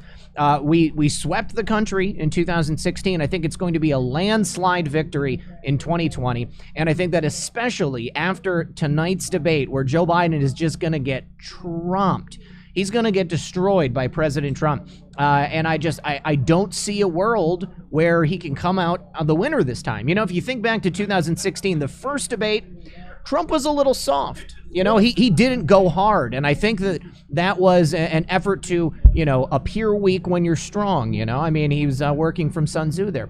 But in the rest of the debates, I mean, he was like hard and fast. He was not afraid to throw the jabs. He was not afraid to throw people off their game. You know, every single time that he was on stage with anybody else, it was a complete death spiral for all of those people. Because you'd be in jail. Yes, because you'd be in jail. You know, one of the best lines ever.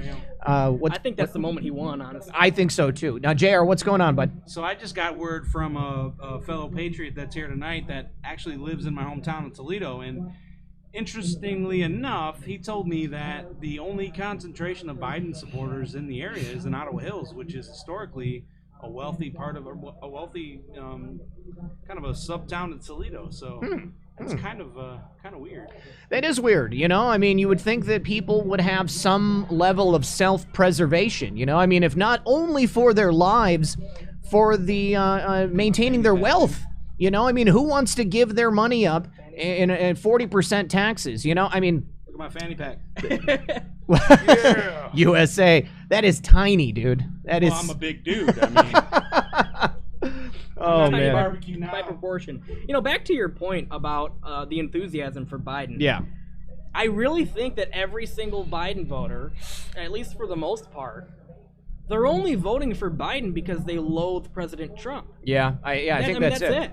Yeah, They can't give you any real reasons as far as policy as to why they'd vote for Joe Biden. Policy Joe or Biden record. Can't even get his policies together. No, he doesn't remember his own policy. You know, like we said earlier in the broadcast, he thinks he went to Delaware State University, a historically black college. He never went there. You know, he's also been quoted saying that he has like multiple degrees. He graduated in like the top 1% of his class. He was in like the the bottom 1%, pardon me.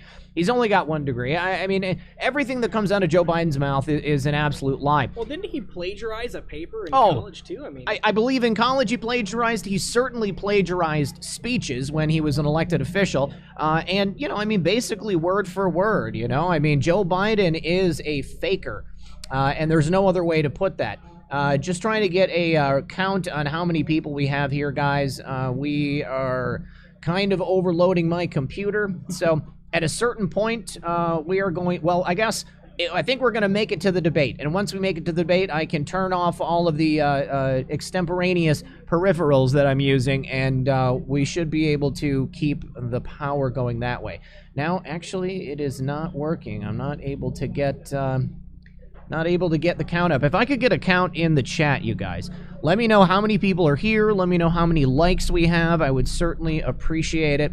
And while we're waiting on that, you can take a look here. I just want to give us a bigger view of the crowd here tonight. There are a lot of people here. Nobody wants to sit on the Trump lawn sign, which is fine. I mean, I understand it's basically sacrosanct at this point, you know? Yeah, I mean, absolutely. I wouldn't want to waste that lawn. I mean, JR put a lot of money into that lawn and a lot of time. You know, he's always sending me videos, update videos, showing me where he's at with it, how much he does every single day. And keep in mind, this guy is working a full-time job, you know? I mean, he's in a high-profile position. I don't know if he's said it on the air before.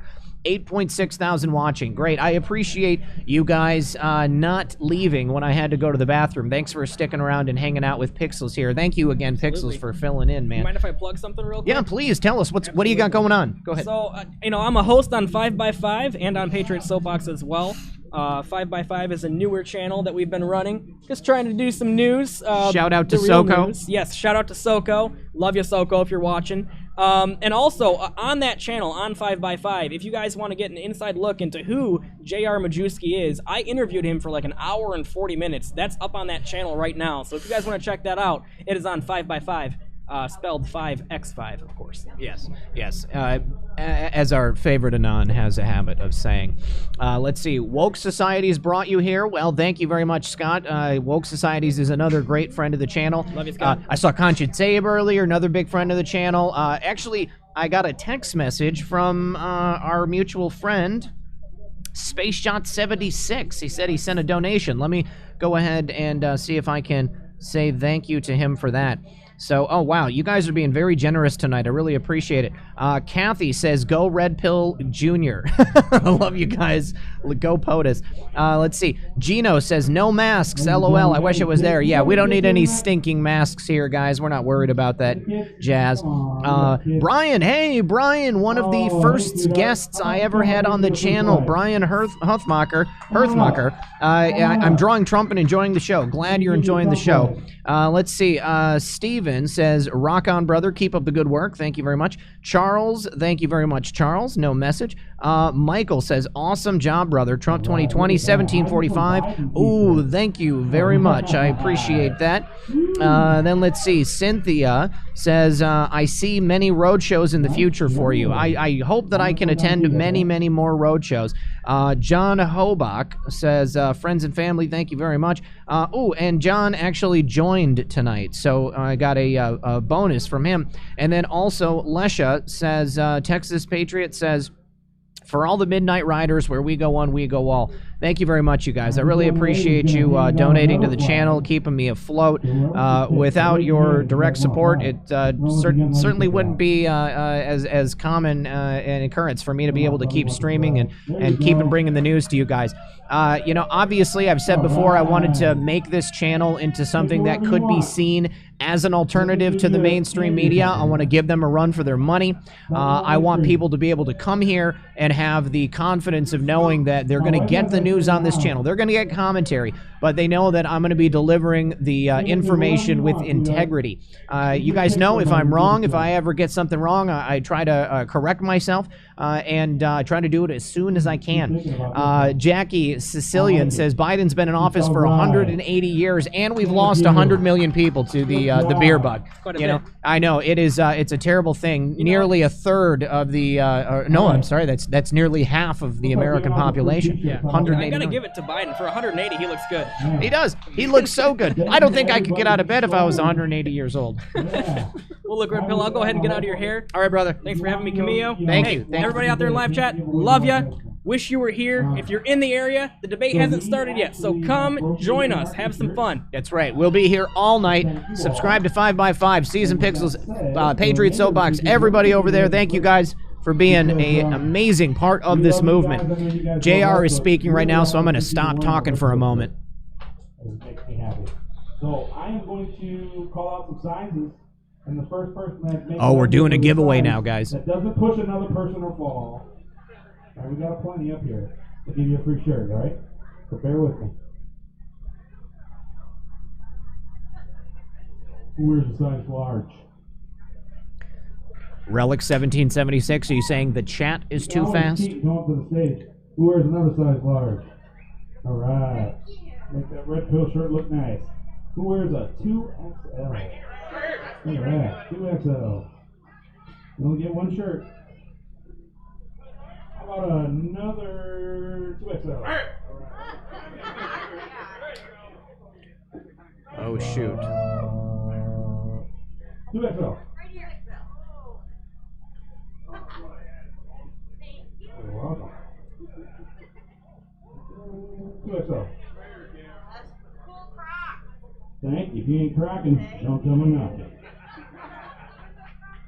2XL for the man on the left-hand side. Hey, thanks to Bay Pest Control. Right, this guy right here. Raise your hand. Thank you to this guy. JR's giving some props to some people who supported this event tonight. Several area businesses pitching in to help us put on a successful debate. And he sprayed this yard today. Spent the time. Thank you to everyone. This yard would be a murder ground right now. 8,752 Patriots in the audience. I think they're localizing the gang down the street. Rob, Weber, gonna take care of that when you get in the office. I will slow the chat just a little bit for everybody. All right, stand by. All right, there we go. Extra large. I think the lady in the pink sweater. Extra large. Guy on the left. All right, guys. I set it to a slower slow mode. Extra large. Lady in the back. Hand up. Oh, you're supposed to catch it for the lady. Extra large. All right, we are counting down just about an hour until the debate at 9:30. We are going to get the very first of what is hopefully several presidential debates between Joe Biden. Oh my goodness, I'm sorry. It's going to start at 9 o'clock, it says. That may be just when the stream is going to go ahead and begin. All right, you guys, love you. Thank you for being here with us tonight.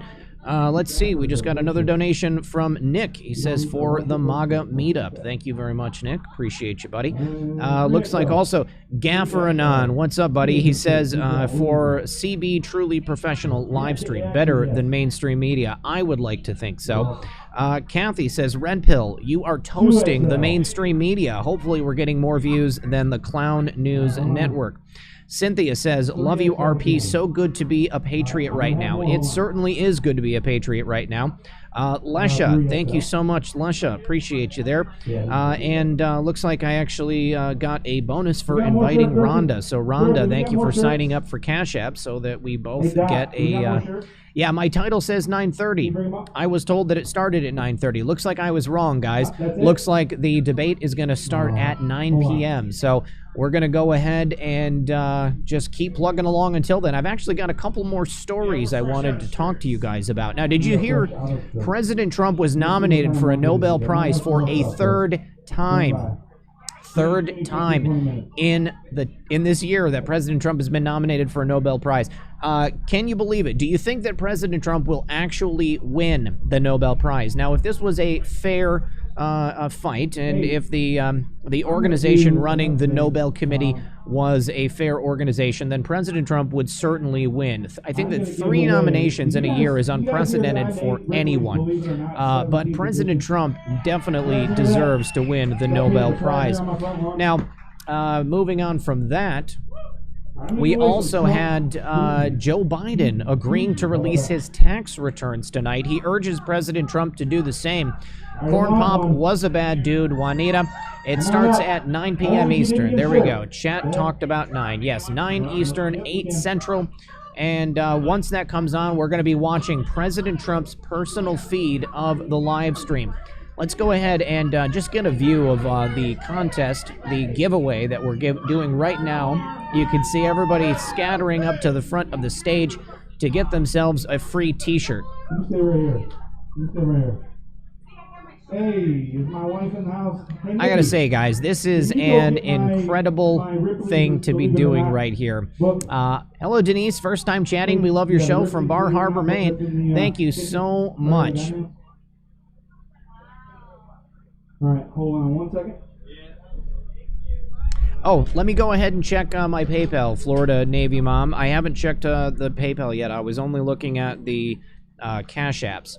The internet's running a little slow because there's a lot of people here on the phones. So let's go ahead and check out the PayPal, and I will thank anybody who sent a donation on PayPal.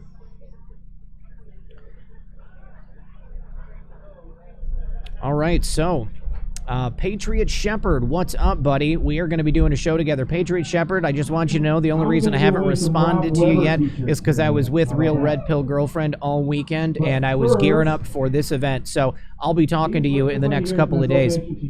He says that you are an inspiration to us all, brother. Thank you for everything you do. Man, I really can't tell you how much I appreciate that.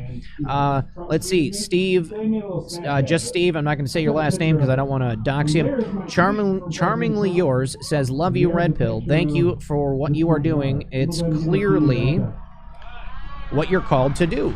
Awesome. Thank you very much. Let's see. Also, thank you to Kathy. Kathy says, awesome job, Red Pill. Thanks for everything you do. Victoria says, where we go one, we go all. Victoria and Brian from Ocean Beach, Southern California. Some patriots from the Republic of California there. Kathy says, awesome job, Red Pill. Thanks for all you do. Honeydew Home Repair. Thank you for that. Lorinda, thank you for that. Lively Restoration, thank you for that. And if I missed you guys, then I'm sorry. PayPal is not as good about making sure that I get all of the notifications. So let me just go back through here. Looks like Rita. Rita says, you're a great young man, Red Pill. And thank you for all you do. Thanks for keeping up the great work. Also, Steve. Thank you, Steve. Steve Johnson, twice. Wow, thank you very much, Steve. Appreciate that, buddy. Thank you to Larry from earlier today. Thank you to Charlene. Thank you from Wild Bill's Backyard Barbecue. That's Brian. Thank you very much. Deborah. Thank you, Deborah. Thank you, David. Thank you, Brad. Thank you, our Cloaked Unseen World. Thank you, David, from my buddy who made me the Tomahawk, man. Good to see you there, Dave. Jason. Thank you, Jason. Thank you, Gourmetics. Thank you, Brian. Thank you, Linda. Thank you, Wickedly Wired Wearable Art. I want to know what that's about. Bayou Swamp Juice. Rain, what's going on, my friend? How are you? Let's see. Cajun Vapes, home of Bayou Swamp Juice, wants you to know how very much we appreciate all you do. Coupon code for eJuice just for Red Pill 78 chats is MAGA. If you go to BayouSwampJuice.com, you can use code Red Pill 78 and you will get a coupon code for your vape juice needs. And I can tell you from personal experience that Bayou Swamp Juice is quality homemade swamp juice, quality homemade vape juice, sorry. So that's from Rain and Cajun Chemist. Also, thank you to Elizabeth. Thank you to Brenda. Canada loves Red Pill and Trump. That's from Elizabeth. Murray says, a Canadian who appreciates you and your president. Thank you very much, Murray. Pamela. Thank you, Pamela. Kathy says, thank you, Zach. Trump 2020. And where we go one, we go all. Oles Engineering Corp. Thank you, Oles Engineering Corp. Paula, amazing job, Patriot. And love from Florida. Appreciate that, Paula. Monica says, I don't live in the U.S., but I feel like I'm part of this movement with you guys. Thank you for being awesome, Red Pill. Where we go one, we go all from the U.K. Yes, just because you are not from the United States doesn't mean you cannot be part of this movement. This is a global movement of patriots, and we urge everyone to take the sovereignty of their nation seriously. Cynthia, thank you, Cynthia. Thank you, Nikki. Thank you, Sally. Thank you, Daniel. Live on, Ancient Han, still there. Live on, Ancient Han, still here. Love you. Also, Susan, Paula. Hey, Jude says, I wish I was there. I'm going to watch until the debate is over, then go to C-SPAN to hear the call-in comments. And then T-Roy Crooks, my friend from YouTube. T-Roy Crooks, great job, Red Pill. This is better than watching Fox, LOL. It certainly is. Jacqueline, thank you, Jacqueline. Thank you, Wanda. Thank you, Jimmy. Thank you, Steve. Thank you, Emily. Thank you very much indeed, Red, for streaming the presidential debate. I appreciate it. Lots of love, lad. Where we go one, we go all. Mark, thank you, Mark. Thank you, John. The only person more confused than Sleepy Joe is Big Mike's gynecologist. On a serious note, thanks for all you've done and continue to do to bring us all together and helping to give the silent majority a vote on this platform. Keep up the work. Keep up the great work, brother. Trump 2020. Also, thank you to Laura. Thank you to Carol. This is from yesterday, but I didn't do a show yesterday, so I need to say thanks now. Marshall, thank you, Marshall. John, Mark, what about, oh, this is from Sunday. Mark, what about 7.5 years? We did actually read that one. So I think I've caught up on all of the notifications here for all of the donations. I appreciate you guys. Oh, Bales sent a notification. Also, Abler Limited. These are from outside of the country, so I need to go and accept them. So, wow, thank you very much, guys. I really appreciate that. Bales says, G'day, Zach. Thanks for everything you do, mate. Love from your Aussie mate, Bales. Take care. I appreciate you watching. And that is everyone for right now. So I cannot believe that Joe Biden is willing to reveal his taxes, because if anybody in American politics has got something to hide, it's certainly Joe Biden and the Biden family. Now, I guess the question is, was he smart enough to start some shell corporations and have the money go to there so that he wouldn't have to worry about it looking bad on his taxes? John Mark Dugan is coming over now to watch the debate. Awesome. John Mark Dugan, I hope you're watching right now, and thank you very much, buddy. We need to have you back on the show. Leslie says, what a great night there in spirit. This is an awesome time. Very happy to be here. Lisa says, for where we go one, we go all. Thank you both very, very much. Oh, man, you guys, I appreciate your generosity tonight. Thank you very much, everyone from all over the world coming and hanging out with us here for the debate. We've got 8,416 people here right now. Thank you very much for hanging out with us. 7,556 likes. Please do consider leaving a like. We are almost at a 100% like to view ratio.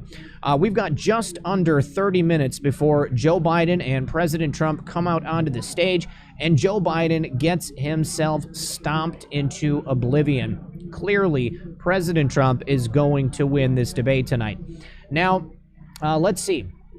Fox News has learned new details about the debate negotiations between the Biden and the Trump campaigns ahead of tonight's debate. Now, listen to this. The Trump campaign wants the Biden campaign to allow a third party to inspect the ears of the debaters for electronic devices or transmitters. The president has consented to this inspection, but Biden has not so far. Now, the Biden campaign requested 2 breaks, one every 30 minutes during tonight's program, which was denied by their Trump counterparts in negotiations over the last several weeks.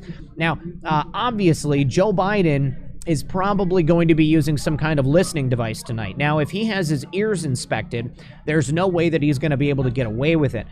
But I guess there are still ways that they can beam that information into Joe's head. Now, I don't know if he has a steel plate, but he certainly probably has some metal fillings. So I'm sure there's a way that they can use some V2K voice-to-skull technology to send the answers to Joe Biden.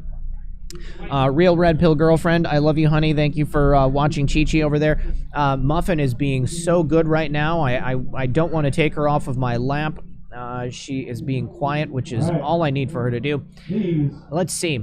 Now, we also have a story from President Trump's attorney regarding the bogus story about his taxes. Just listening to what JR has to say. Who's our big NASCAR fans? All right. Come on up, you three.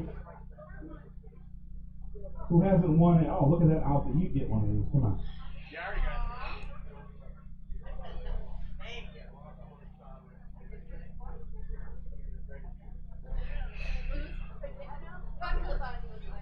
JR still giving away some swag to the audience here. Let's go ahead and switch to the view of the audience. Take a flag. That's better than a NASCAR poster.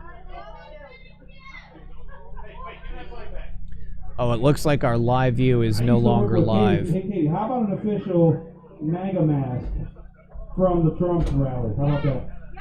How about that? That's pretty cool, isn't it?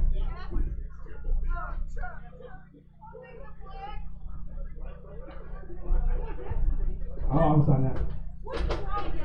It's the Trump.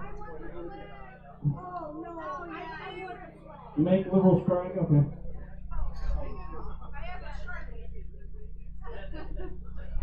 Who wants an official Trump campaign MAGA mask? She said yes. Here you go. Thank you. All right. Now, if any of you got anything from me and you'd like me to sign it, bring it up and you'll flatter me. So bring it on up and I'll sign it for you.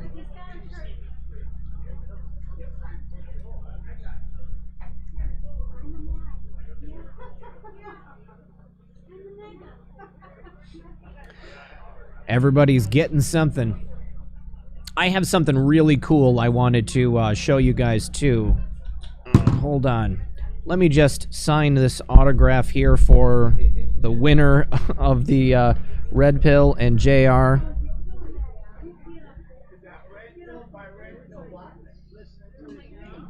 Let me show this off real quick, JR. Take that, take that. Backwards. All right, so just in case anybody didn't see this earlier, I wanted to say thank you so much to the kind ladies who made this for us. Look at this. That is JR and I sitting on his lawn. Very, very cool. And good luck to the lucky winner. Yeah. Very cool, guys. All right, so we've got a statement from President Trump's attorney in regards to that fake news story about his tax returns. The New York Times is riddled with gross inaccuracies. Over the past decade, the president has paid tens of millions of dollars in personal taxes to the federal government. While we tried to explain this to the Times, they refused to listen and rejected our repeated request that they show us any of the documentation they purport to be relying on to substantiate their claims. Of course, I can't help but question the timing of this story. Obviously, this is just part of the Times' ongoing smear campaign in the run-up to the election. Now, remember here, the New York Times published no documentation. They did not show any tax returns. All they said was, trust us, we have an inside source who tells us that President Trump only paid $750 in taxes over the course of 2016-2017. President Trump denies it, and I think that the New York Times was counting on the fact that the only way that they could refute this would be to actually show President Trump's tax returns. And, of course, that's not something that President Trump is going to do. There's no need for him to do that. He is, he's a good American, you know? I mean, he does what he has to do. He is a businessman, and he is paid heavily. He has a lot of attention paid to him by the IRS. So if President Trump was cheating on his taxes, only paying $750, he would certainly have gotten in trouble. Let's see. Now, we have, now I guess the word is that Biden had refused to have his ear inspected prior to the debate, but his team is saying that he did not refuse to do it. Now, I just want to go back over the major news today. DNI Radcliffe declassified some bombshell information, which proves that Hillary Clinton, John Brennan, James Comey, Peter Strzok, President Obama, they all knew about the fact that the Russia collusion narrative was made up by Hillary Clinton's campaign staff. Now, this was a hit job on President Trump. They were trying to take away any attention to the fact that Hillary Clinton was using a private, unsecured bathroom email server. And she approved it officially herself. Now, looking at some tweets from Chad Pergram. Now, this is actually a tweet that was published by our favorite Anon earlier. DNI Infotogram. In late July 2016, U.S. intelligence agencies obtained insight into Russian intelligence analysis, alleging the U.S. presidential candidate Hillary Clinton had approved a campaign plan to stir up a scandal against U.S. President candidate Donald Trump. I'm all about your personal rights, but... Let's see. Mr. Vax2 says, I'll be joining the Red Pill 78 chat, folks in the chat for this debate. Excellent, excellent. And, they like to pull my hair for drug tests, so please respect that fact for everybody else here. You have a right to do whatever you choose. Just do it a couple houses down, please. All right? Thank you. I thought that somebody had lit something. Okay. I need to say thank you to Carmen. Love from Texas. Carmen and Jean, thank you so much. Also, Nicholas. Thank you very much, Nicholas. Appreciate that. Also to Rhonda. Is it true that Joe got the questions in advance? I wouldn't doubt it.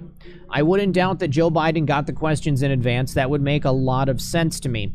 Let's see. Did you guys also know that Hillary Clinton came out with her own her own podcast yesterday? What incredible timing that she would bring that out. Obviously, this is on purpose. So now, our favorite Anon asks if it's intentional or careless. Now, we've got over 9,000 people watching now, which is just great. Appreciate you guys being here. Hopefully, we can get that to 10,000 by the time the debate starts. That's going to be starting in just 19 minutes. We also have some information here. There is a House resolution to condemn our favorite Anon and what they call the conspiracy theory that it promotes. It is sponsored by Representative Tom Malinowski. Now, we have this interesting story here from the NRCC. Apparently, he lobbied to protect sexual predators. Well, no wonder that he is the one who is sponsoring this right here.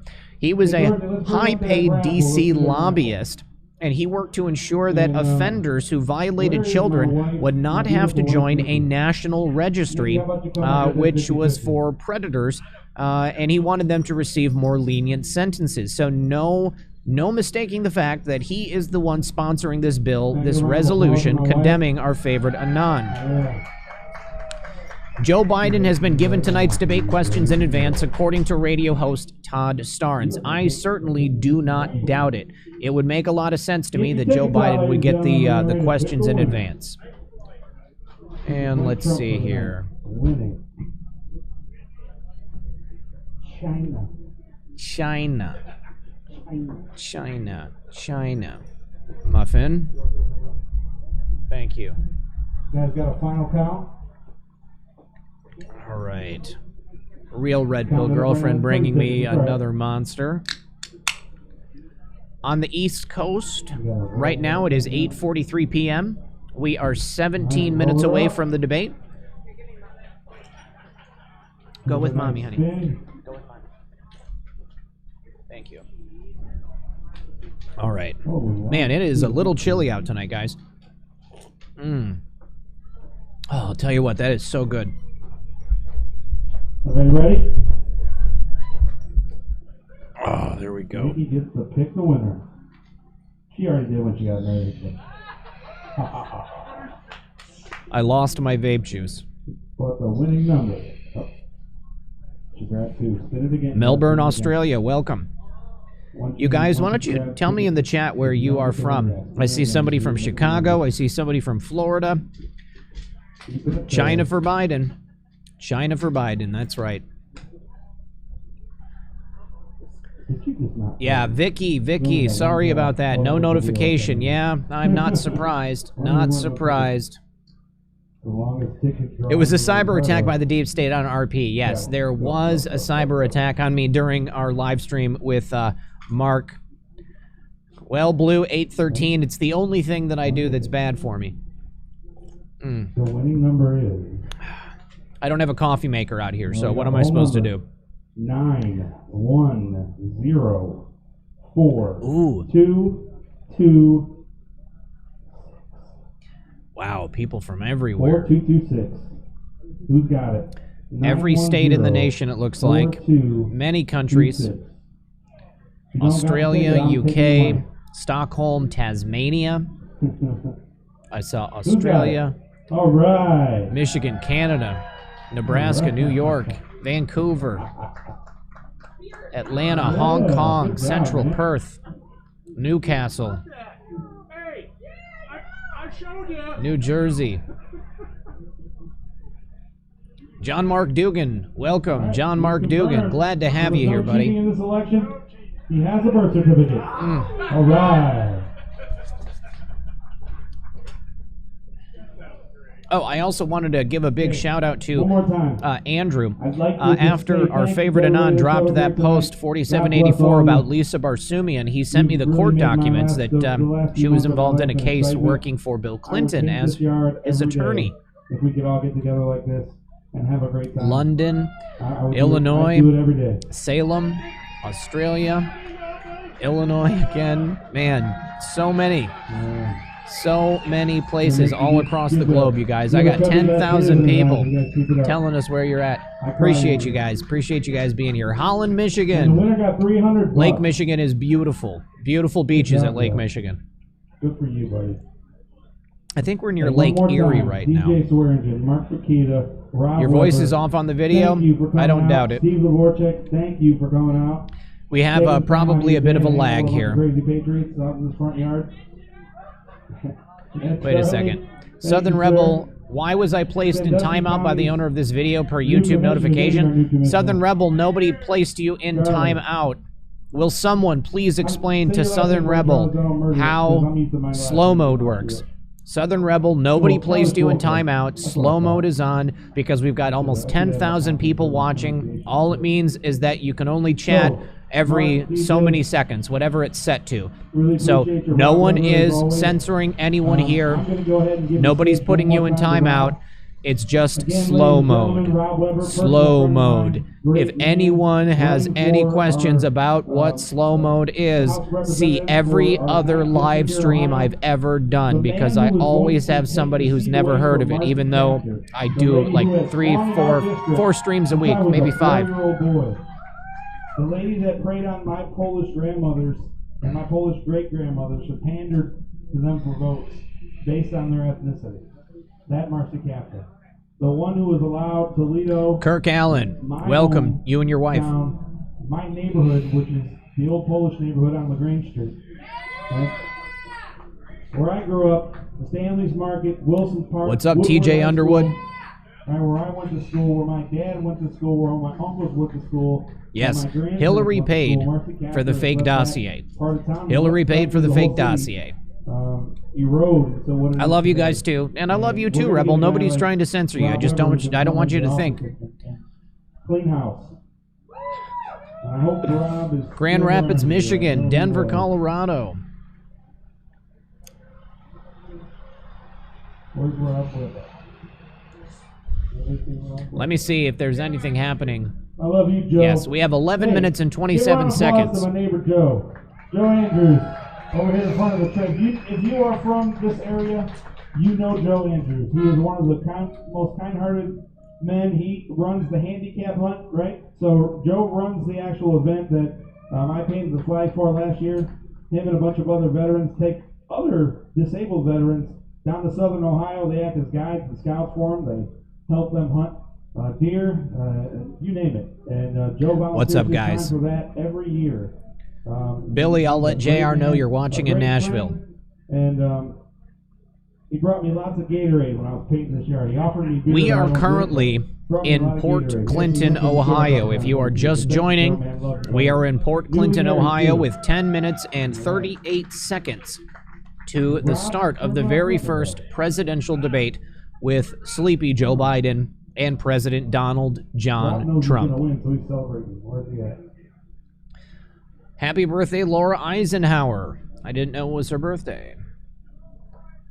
Thank you so much, everybody who is here. We currently have 9,741 people watching, 8,790 likes.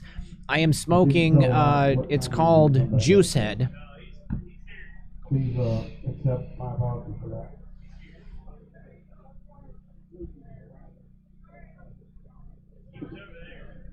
11 minutes to an alien invasion. Oh man, what do you think? What possible things could happen between now and the 9 minutes and 50 seconds until the debate is supposed to start? Man, you guys, we're really cutting it close. So if Joe Biden is going to crap out, then now has to be the time. I cannot imagine that Joe Biden isn't going to make it there. Dominate the Democratic Party. I love Ronald Reagan. I'm going to tell you all that right now. I love Ronald Reagan. It's not easy for me to say that Donald Trump is the best president in history, but by damn he is. Renee, thank you all great again. meeting you tonight as well. Zach. Many thanks to you and JR. Thank you Live too, Renee. Appreciate what you did here tonight. Thanks, everybody. Thank you very much. JR warming up the crowd. Let's go ahead and get a bigger look at JR warming up the crowd here. And that's it. Looks like that's JR right there. JR walking by. Oh, man. It is cold, guys. JR, we have to do the Pledge of Allegiance. JR. We have to do the Pledge of Allegiance. Hey, happy birthday to Danielle. Where you at, Danielle? Happy birthday, young lady. Come on, you guys clap louder than that. The Patriot. Happy birthday. Happy birthday. Happy birthday, Danielle. We got to do the Pledge of Allegiance still. Oh, we already did it. Oh, you did it? I was on the stream.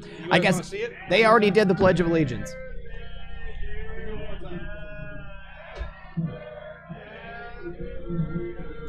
All right, so we're going to actually get the Pledge of Allegiance on screen this You time. guys are patriotic enough to do the Pledge of Allegiance one more time, ain't you? That's what I thought.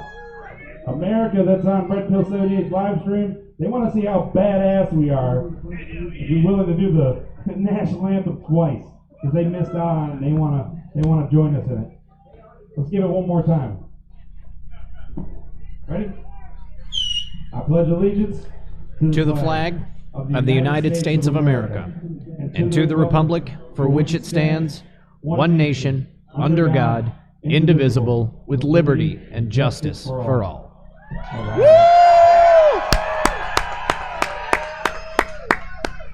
All right, this time I'm turning the mic off, or I'm going to think I'm one of the new kids on the block. All right. All right, Thank you guys. 7 minutes and 15 seconds to the first presidential debate of 2020. The first scheduled presidential debate. JR, you want to get in here with me? Yeah, buddy. All right, so we've only got a few minutes left. Obviously, it looks like Joe Biden is going to show up this time.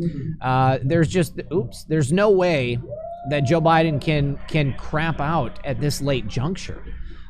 He has agreed to do an inspection of his ear.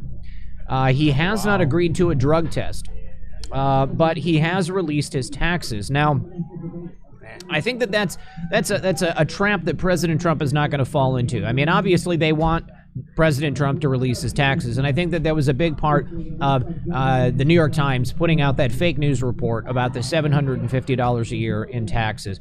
But at this point, can you think of any reason that Joe Biden would not show up to the debate tonight?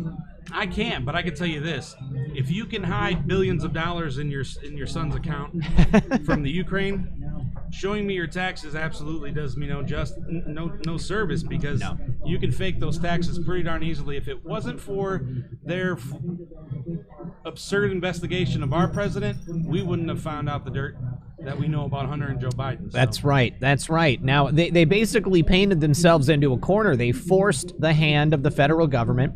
All of their corruption has been exposed. And honestly, I think that not all of it, but a fair amount of corruption has been exposed. And the only thing that's going to happen is more revelations are going to be made.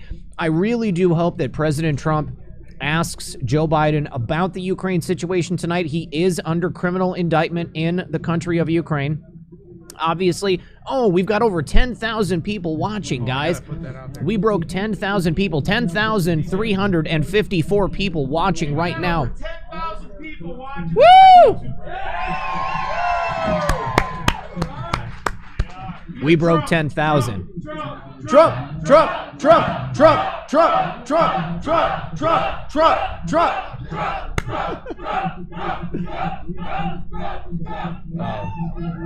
That's great. That is great. What happened? What happened? They don't like my shoes. Oh man. JR, your wife? Hey, boss. Yeah. All right. Hey, one last call for food. If you haven't eaten, the last call. Oh man, I'm ready to eat, guys. As soon as the debate begins, I will be stepping away from the computer. You guys are going to be watching it with us. I might jump in and throw some color commentary in there. Trump 2020. Every day as a kid. My mom was so crazy. I just want to say thank you very much to Team Trump for sponsoring the event tonight, for making this an official Trump 2020 victory event. Thank you guys for being here. Obviously, we love our president. We love the sacrifice that he has made, both he and his family. We really appreciate everything that he's done for this country, and in my opinion, there is nothing better than I could do to show my appreciation than to help spread his message far and wide. Thank you to all of you. It looks like the presidential debate is just about to start. They have begun the live feed. We're going to go ahead and switch to the view of the debate. And here we go. USA! USA! USA! USA! And you know what? The guy who made it all possible, really? Because as much as you guys love me, I do not have the draw power of this guy right here. So let's give a red pill. Red pill. Red pill. Loud as you can. Red pill.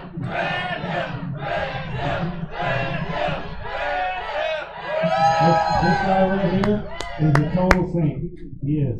When I first painted this yard and everybody started going after me online, this guy sent me a message and really helped me out. He really kept me, out of the bad stuff. It could easily, you see a lot of people that get a little bit of maybe some attention nationally, and then they end up, something goes crazy.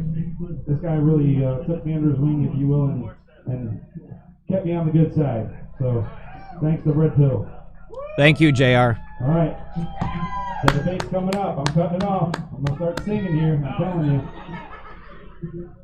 In sync. All right, we are so close to the start of the very first presidential debate of the 2020 election season. Thank you, everyone, for being here. We currently have 10,731 people watching the stream. And we are approaching D-Day, man. There is absolutely no way Joe Biden can drop out at this point. This is the official Donald J. Trump feed coming from Donald J. Trump's YouTube channel. Obviously, Donald J. Trump looks nice and healthy in his photo. He's clapping. He's got the stamina to clap all day long. Joe Biden, he looks really tired. I think that this is going to be a bloodbath tonight, guys. I do not anticipate Joe Biden doing a very good performance tonight. It's going to be a real sight to see. I'm excited. I hope you guys are excited too. Thank you once again, everybody who is here. Thank you for liking and sharing the stream. We do have 9,716 likes. Please, guys, if you have not yet left a like, please go ahead and leave a like so we can get that out. I'm going to go ahead and share this one more time on Twitter. Thank you to everybody who has shared it on Twitter. I see that there are quite a few people who sent out notifications for me. I need to say thank you to Casey. Casey says Trump 2020 from Adelaide, South Australia. Need to say thank you to Hey Jude once again. Hey Jude says, tell JR that 3 of my grandparents are from Poland. The other is from Latrobe, Pennsylvania. Also, thank you to Phyllis. Phyllis says, great job, Red Pill. Thank you for all you do. Phyllis in Nevada. Thank you very much, Phyllis. Mary says, thank you for all you do, Patriot. I wish I was there. Hashtag Muffingate, where we go one, we go all. Rachel says, thank you. Oh, hey, Red, this is Pop Some Popcorn from Twitter. Just wanted to say, great job tonight with the live stream. Really enjoying it. Let's go, Trump. Where we go one, we go all. Josh, thank you very much, Josh. Marilyn says, this is for Treats for Muffin. Muffin thanks you. Let's see. Hello from Roanoke, Virginia. I'm enjoying the Maga Meetup show, and I just want to say thank you for your hard work and dedication. It feels so good to be a patriot. Thank you very much, Kate. Appreciate you there. Natalie says, God bless each and every one of our patriots. God bless each and every one of our patriots. Thank you very much. Vicky's, thank you very much, Vicky. Melanie, thank you very much, Melanie. Thank you to everybody who has supported the channel through PayPal. Also, Scott says, thanks for keeping me sane. Thank you very much, Scott, for supporting me. I appreciate that, buddy. All right, we are basically at 9 o'clock. The The debate should be beginning any moment now. Corn Pop versus Trump in 2020. Presidential debate tonight, Tuesday, September 29th. This is going to be a day that lives in infamy, the political equivalent of Sumer Smackdown. I don't see how Joe Biden is going to fare any better than he has on any other given day. I haven't seen him make a public appearance since, I believe, Thursday of last week. I heard that he had stepped out of his basement drinking game rules. I don't know, you guys. I don't drink, so if you guys want to do a drinking game, maybe every time that Biden stutters, you take a drink. And I think ladies be single. What? I just want to say hi. Oh. My buddy Joe is here as well. He went to the rally with JR and I last week. Let's see. Okay. Oh, looks like the debate is starting, guys. We've got the feed coming in on President Trump's YouTube channel. We're going to go to the debate. There is our First Lady, Melania Trump, taking a seat, doing her best to social distance and wearing a mask.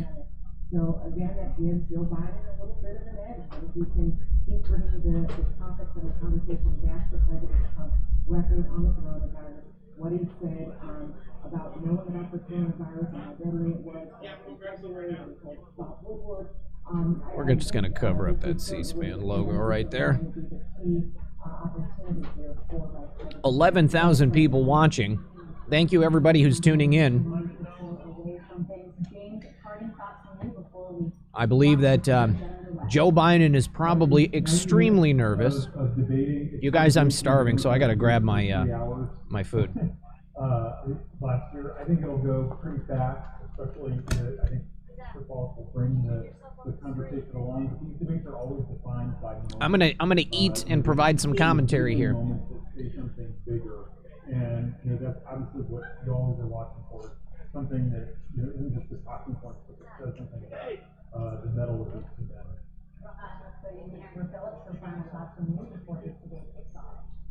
Yeah, let me focus on Joe Biden. President has made a big deal over months over the fact that this mental acuity and clarity and can you even put a sentence together?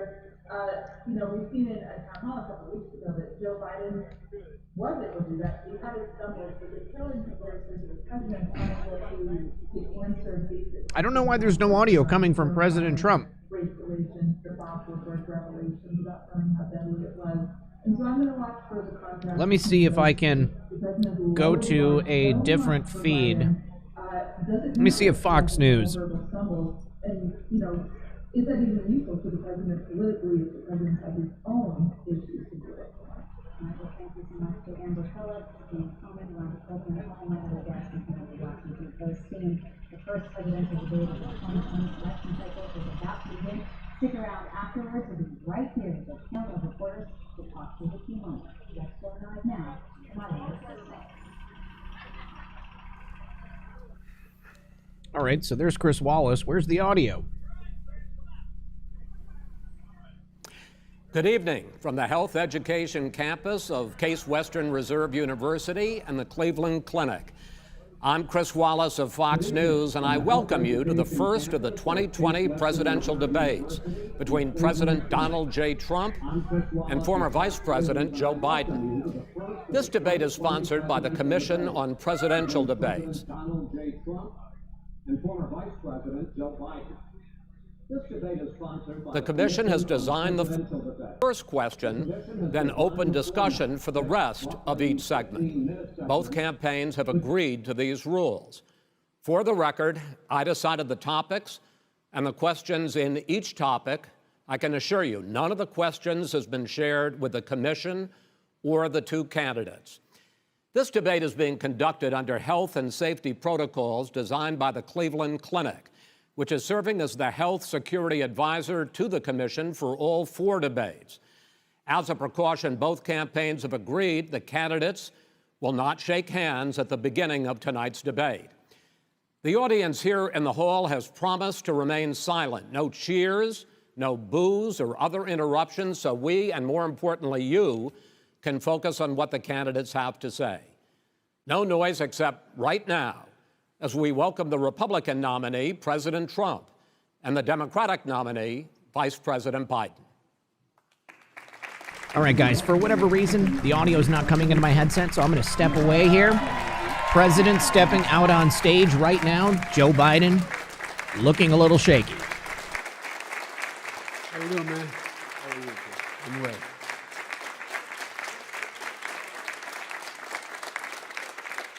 Gentlemen, a lot of people have been waiting for this night, so let's get going. Our first subject is the Supreme Court. President Trump, you nominated Amy Coney Barrett over the weekend to succeed the late Ruth Bader Ginsburg on the court. You say the Constitution is clear about your obligation and the Senate's to consider a nominee to the court. Vice President Biden, you say that this is an effort by the president and Republicans to jam through an appointment and what you call an abuse of power. My first question to both of you tonight: why are you right in the argument you make and your opponent wrong? And where do you think a Justice Barrett would take the court? President Trump, in this first segment, you go first, 2 minutes. Thank you very much, Chris. I will tell you very simply, we won the election. Elections have consequences. We have the Senate, we have the White House, and we have a phenomenal nominee, respected by all, top academic, good in every way, In fact, some of her biggest endorsers are very liberal people from Notre Dame and other places. So I think she's going to be fantastic. We have plenty of time, even if we did it after the election itself. I have a lot of time after the election, as you know. So I think that she will be outstanding. She's going to be as good as anybody that has served on that court. We really feel that. We have a professor at Notre Dame, highly respected by all, said she's the single greatest student he's ever had. He's been a professor for a long time at a great school. And we won the election, and therefore we have the right to choose her. And very few people knowingly would say otherwise. And by the way, the Democrats, they wouldn't even think about not doing it. If they had, the only difference is they'd try and do it faster. There's no way they would give it up. They had Merrick Garland, but the problem is they didn't have the election, so they were stopped. And probably that would happen in reverse also. Definitely would happen in reverse. So we won the election, and we have the right to do it, Chris. President Trump, thank you. Same question to you, Vice President Biden. You have 2 minutes. Well, first of all, thank you for doing this, and looking forward to this, Mr. President. Thank you, Joe. The American people have a right to have a say in who the Supreme Court nominee is. And that say occurs when they vote for a United States senators and when they vote for the President of the United States. They're not going to get that chance now because we're in the middle of an election already. The election has already started. Tens of thousands of people have already voted. And so the thing that should happen is we should wait.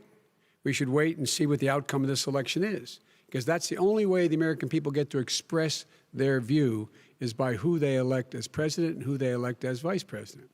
Now, what's at stake here is the president's made it clear he wants to get rid of the Affordable Care Act. He's been running on that, he ran on that, and he's been governing on that.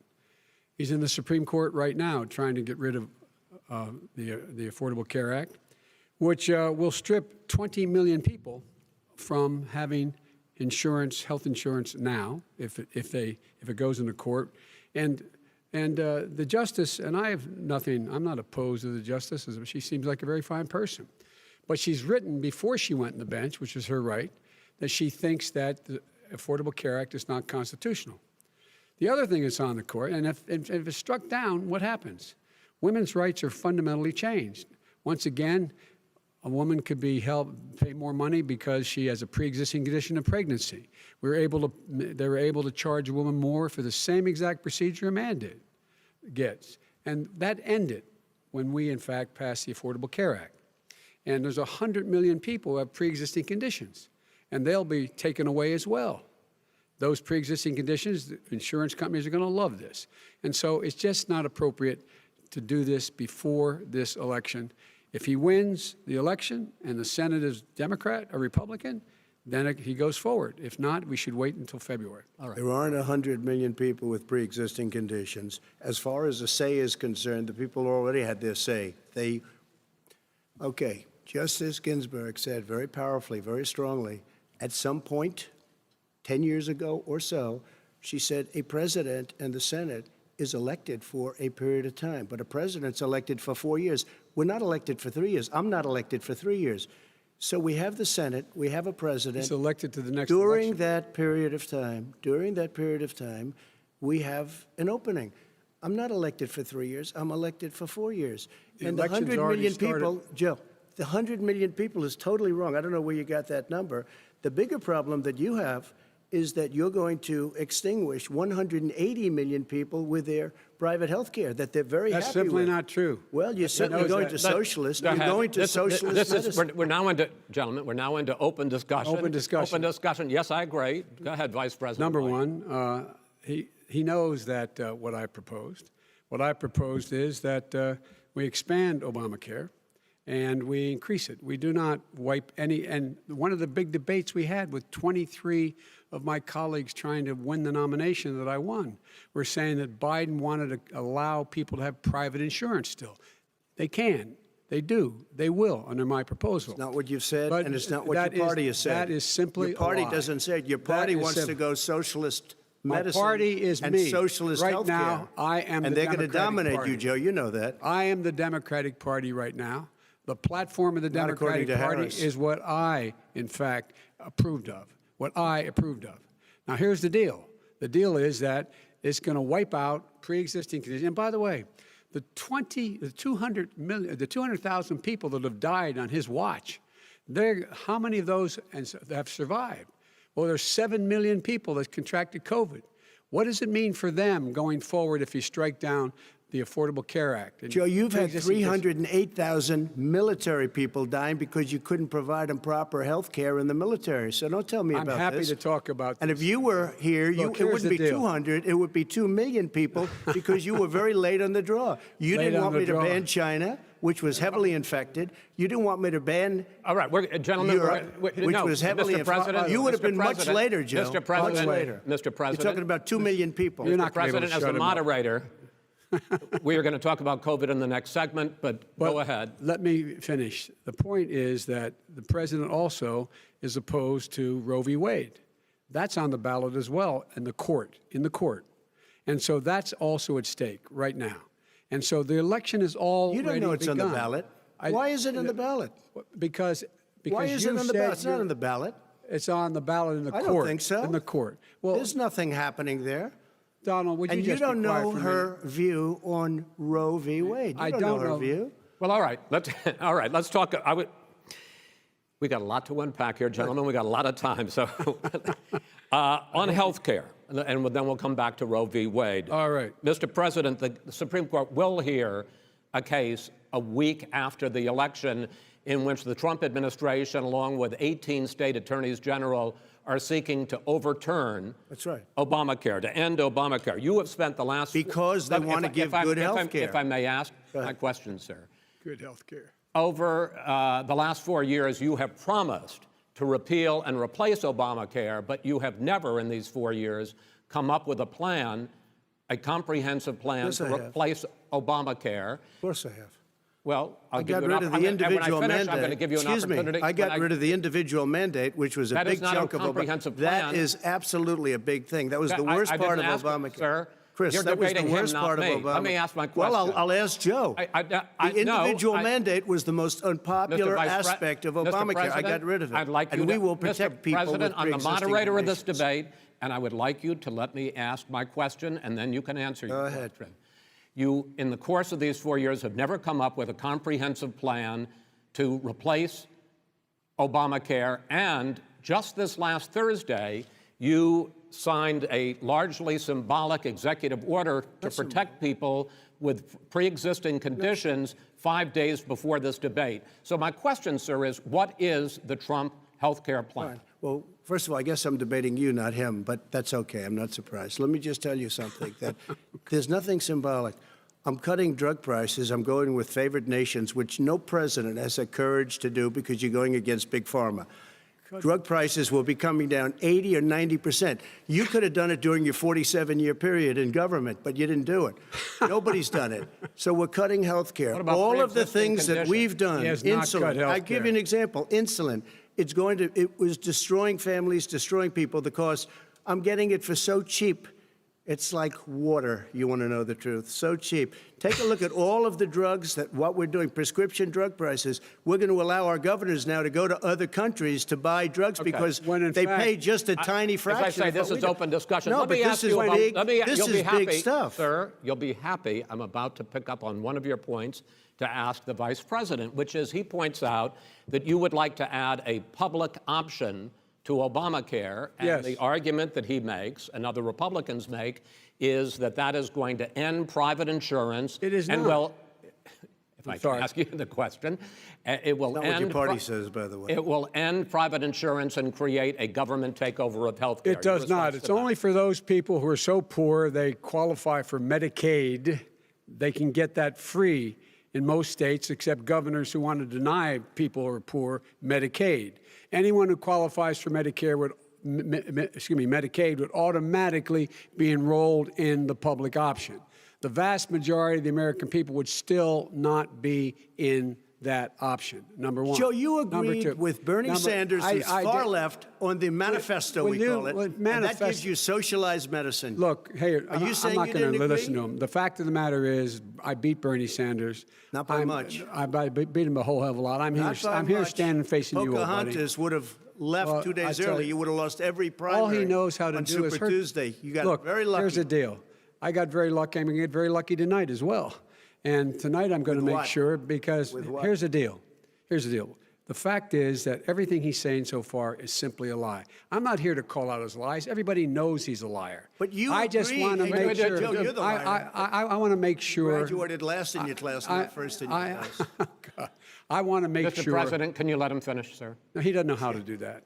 He has, You'd be surprised. You pick You'd be surprised. the Go ahead, wrong Joe. guy, Talk, the wrong talk, night Joe. at the wrong time. Listen, you agreed with Here's the Bernie deal. Sanders to the The manifesto. whole idea. Let Now you're him- disavowing it. There is no manifesto, number Please one. let him speak, Mr. Number President. two. You just lost the left. Number two. You just lost the left.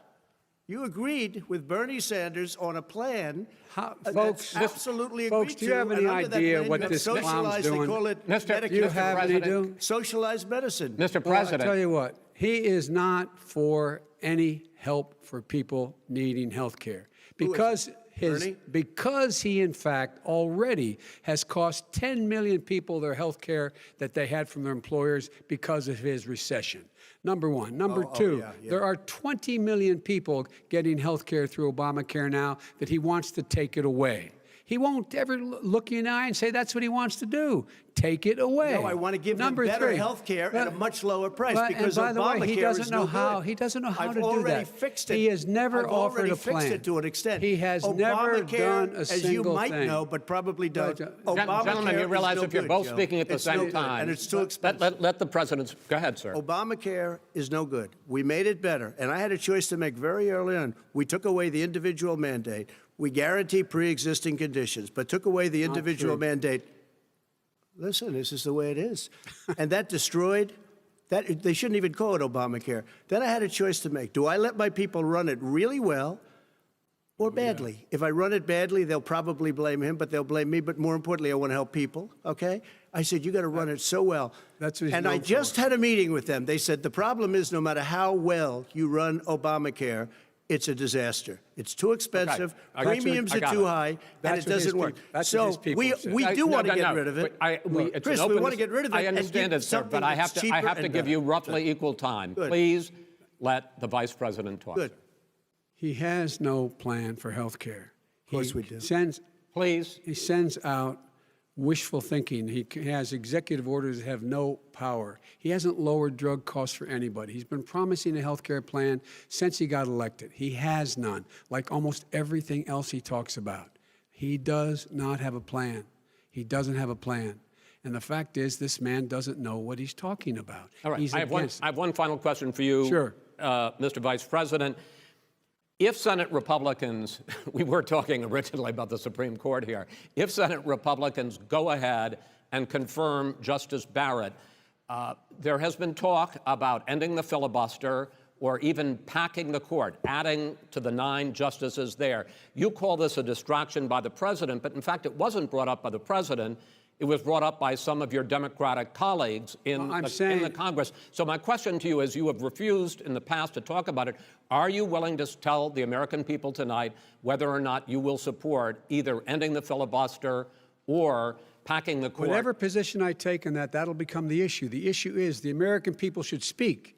You should go out and vote. You're in voting now. Vote and let your senators know how strongly you feel.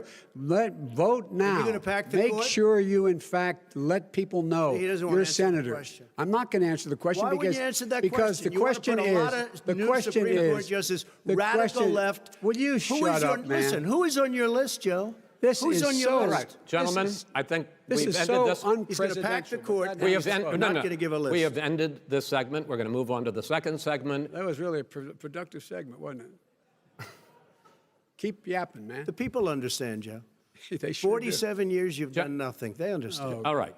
The second subject is COVID-19, which is an awfully serious subject, so let's try to be serious about it. We have had more than 7 million cases of coronavirus in the United States, and more than 200,000 people have died. Even after we produce a vaccine, experts say that it could be months or even years before we come back to anything approaching normal. My question for both of you is, based on what you have said and done so far, and what you have said you would do starting in 2021, why should the American people trust you more than your opponent to deal with this public health crisis going forward? In this case, the question goes to you first, sir. 2 minutes uninterrupted. Good luck. 200,000 dead. As you said, over 7 million infected in the United States.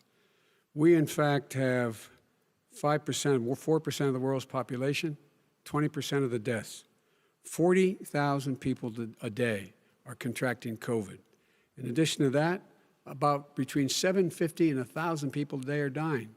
When he was presented with that number, he said, it is what it is. Well, it is what it is because you are who you are. That's why it is. The president has no plan. He hasn't laid out anything. He knew all the way back in February how serious this crisis was. He knew it was a deadly disease. What did he do? He's on tape as acknowledging he knew it. He said he didn't tell us or give people a warning of it because he didn't want to panic the American people. You don't panic. He panicked. In addition to that, what did he do? He went in and we were insisting that the Chinese, the people we had on the ground in China should be able to go to Wuhan and determine for themselves how dangerous this was. He did not even ask Xi to do that. He told us what a great job Xi was doing. He said we owe him a debt of gratitude for being so transparent with us. And what did he do then? He then did nothing. He waited and waited and waited. He still doesn't have a plan. Wrong. I laid out Sir, back it in is 2 March minutes. exactly so what we wrong. should be doing. And I laid out again in July what we should be doing.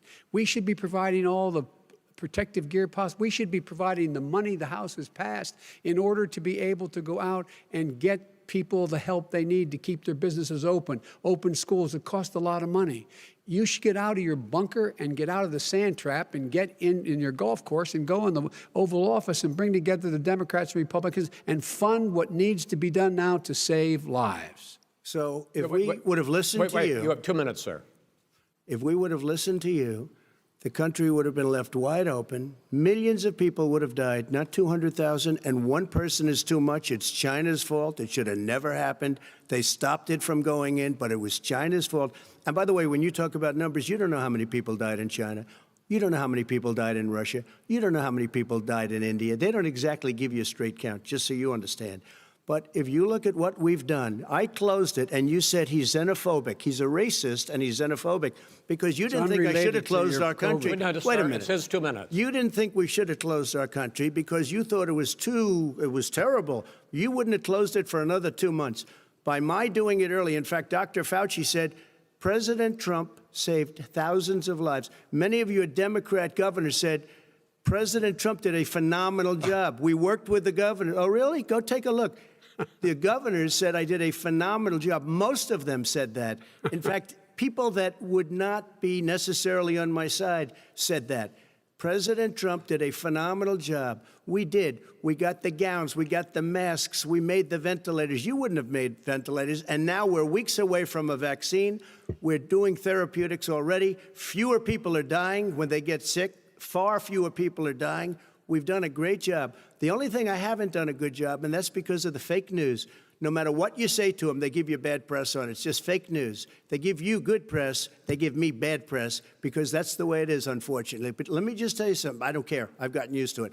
But I'll tell you, Joe, you could never have done the job that we did. You don't have it in your blood. You could have never done that job. I know how to do the job. I know how to get the job Well, you done. didn't do very well in swine flu. H1N1, you were a disaster. Your own chief of staff said you were a disaster. 14,000 people died, not 200,000. There was no very- economic recession. Sir, you made a Far point. less There was no lethal recession. disease, You made by a the way. point. Let him answer it. And there was no one, we didn't shut down the economy. This is his economy he's shut down. The reason it's shut down is because, look, you folks at home, how many of you got up this morning and had an empty chair at the kitchen table because someone died of COVID? How many of you were in a situation where you lost your mom or dad and you couldn't even speak to them? You had a nurse holding a phone up so you could, in fact, say goodbye. You would have lost far How more many people. Far more people. And you would have been And by the way, months late. your own, You were his months behind me, his Joe. own CDC director says we could lose as many as another 200,000 people between now and the end of the year. And he held up, he said, if we just wear a mask, we can save half those numbers. Just a mask. And by the way, in terms of the whole notion of a vaccine, we're for a vaccine, but I don't trust him at all, nor do you. I know you don't. What we trust is a scientist. You don't we trust Dr. Johnson Fauci. & Johnson, Pfizer? And Okay, by the way, gentlemen, let me move on to questions about the future because you both have touched on two of the questions I'm going to ask. Focusing on the future first, President Trump, you have repeatedly either contradicted or been at odds with some of your government's own top scientists. The week before last, the head of the Centers for Disease Control, Dr. Redfield, said it would be summer before the vaccine would become generally available to the public. You said that he was confused and mistaken. Those were your two words. Yeah. But Dr. Slaoui, the head of your Operation Warp Speed, has said exactly the same thing. Are they both wrong? Well, I've spoken to the companies, and we can have it a lot sooner. It's a very political thing because people like this would rather make it political than save lives. God. It is a very political thing. I've spoken to Pfizer. I've spoken to all of the people that you have to speak to. We have great Moderna, Johnson & Johnson, and others. They can go faster than that by a lot. Become very political because the left, or I don't know if I call them left, I don't know what I call the them. head of your Operation Warp Speed, Dr. Slaoui? I disagree with him. Yeah, no, I disagree with both of them. And he didn't say that. He said it could be there, but it could also be much sooner. I had him in my office 2 days ago. He talked about the summer, sir, before it's generally available. Just like He Dr. said it's a Redfield. possibility that we'll have the answer before November 1st. It could also I'm be talking about after when it's that. generally available. Not when it Well, will we're be. going to deliver it right away. We have the military all set up. Logistically, they're all set up. We have our military that delivers soldiers, and they can do 200,000 a day. They're going to be This delivering. is the same man It's who all told set you up. by Easter this would be gone away. By the warm weather, it'd be gone. Miraculous, like a miracle. And by the way, maybe you could inject some bleach in your arm, and that would take care of it. This is the same That was man. said sarcastically, That was and you him- know that. I- That was said sarcastically. And so here's the deal. This man is talking about a vaccine. Every serious company is talking about maybe having a vaccine done by the end of the year. But the distribution of that vaccine will not occur until sometime beginning or the middle of next year to get it out, if we get the vaccine. And pray God we will. Pray God we will. Mr. Vice President, I want to pick up You'll have on the that. vaccine I sooner want to than pick that. up on this question, though. You say the public can trust the scientists, but they can't trust President Trump. In fact, you said that again tonight. Your running mate, Senator Harris, goes further, saying the public health experts, quote, will be muzzled, will be suppressed. Given the fact that polls already show that people are concerned about the vaccine and are reluctant to take it, are you and your running mate, Senator Harris, contributing to that fear? No more than the question you just asked him. You pointed out. He puts pressure. and disagrees with his own scientists. But you're saying you Everybody can't, or knows. Senator And Harris is saying no, you can't trust the scientists. No, you can trust the scientists. She didn't say that. You can't trust She said the public health experts, quote, will be muzzled, will be suppressed. Well, that's what he's going to try to do. But there's millions of scientists, there's thousands of scientists out there, like here at this great hospital, that don't work for him. Their job doesn't depend on him. That's not, they're the people, and by the way. I spoke to the scientists that are in charge. By the way. They will have the vaccine very soon. Let him finish. Do you believe for a moment what he's telling you in light of all the lies he's told you about the whole issue relating to COVID? He still hasn't even acknowledged that he knew this was happening, knew how dangerous it was going to be back in February, and he didn't even tell you. He's on record as saying it. He panicked or he just looked at the stock market, one of the two, because guess what? A lot of people died, and a lot more are going to die unless he gets a lot smarter, a lot quicker. So, Mr. President? Did you use the word smart? So you said you went to Delaware State, but you forgot the name of your college. You didn't go to Delaware State. You graduated either the lowest or almost the lowest in your class. Don't ever use the word smart with me. Don't ever use that word. Oh, give me a break. Because you know what? There's nothing smart about you, Joe. 47 years, you've done nothing. Let's have this debate. And if you would have had, let me just tell you something, Joe. No, if you would have had the charge of what I was put through, I had to close the greatest economy in the history of our country. And by the way, now it's being built again. See, and it's We're going to going get up to the fast. economy in the next segment, sir. Okay.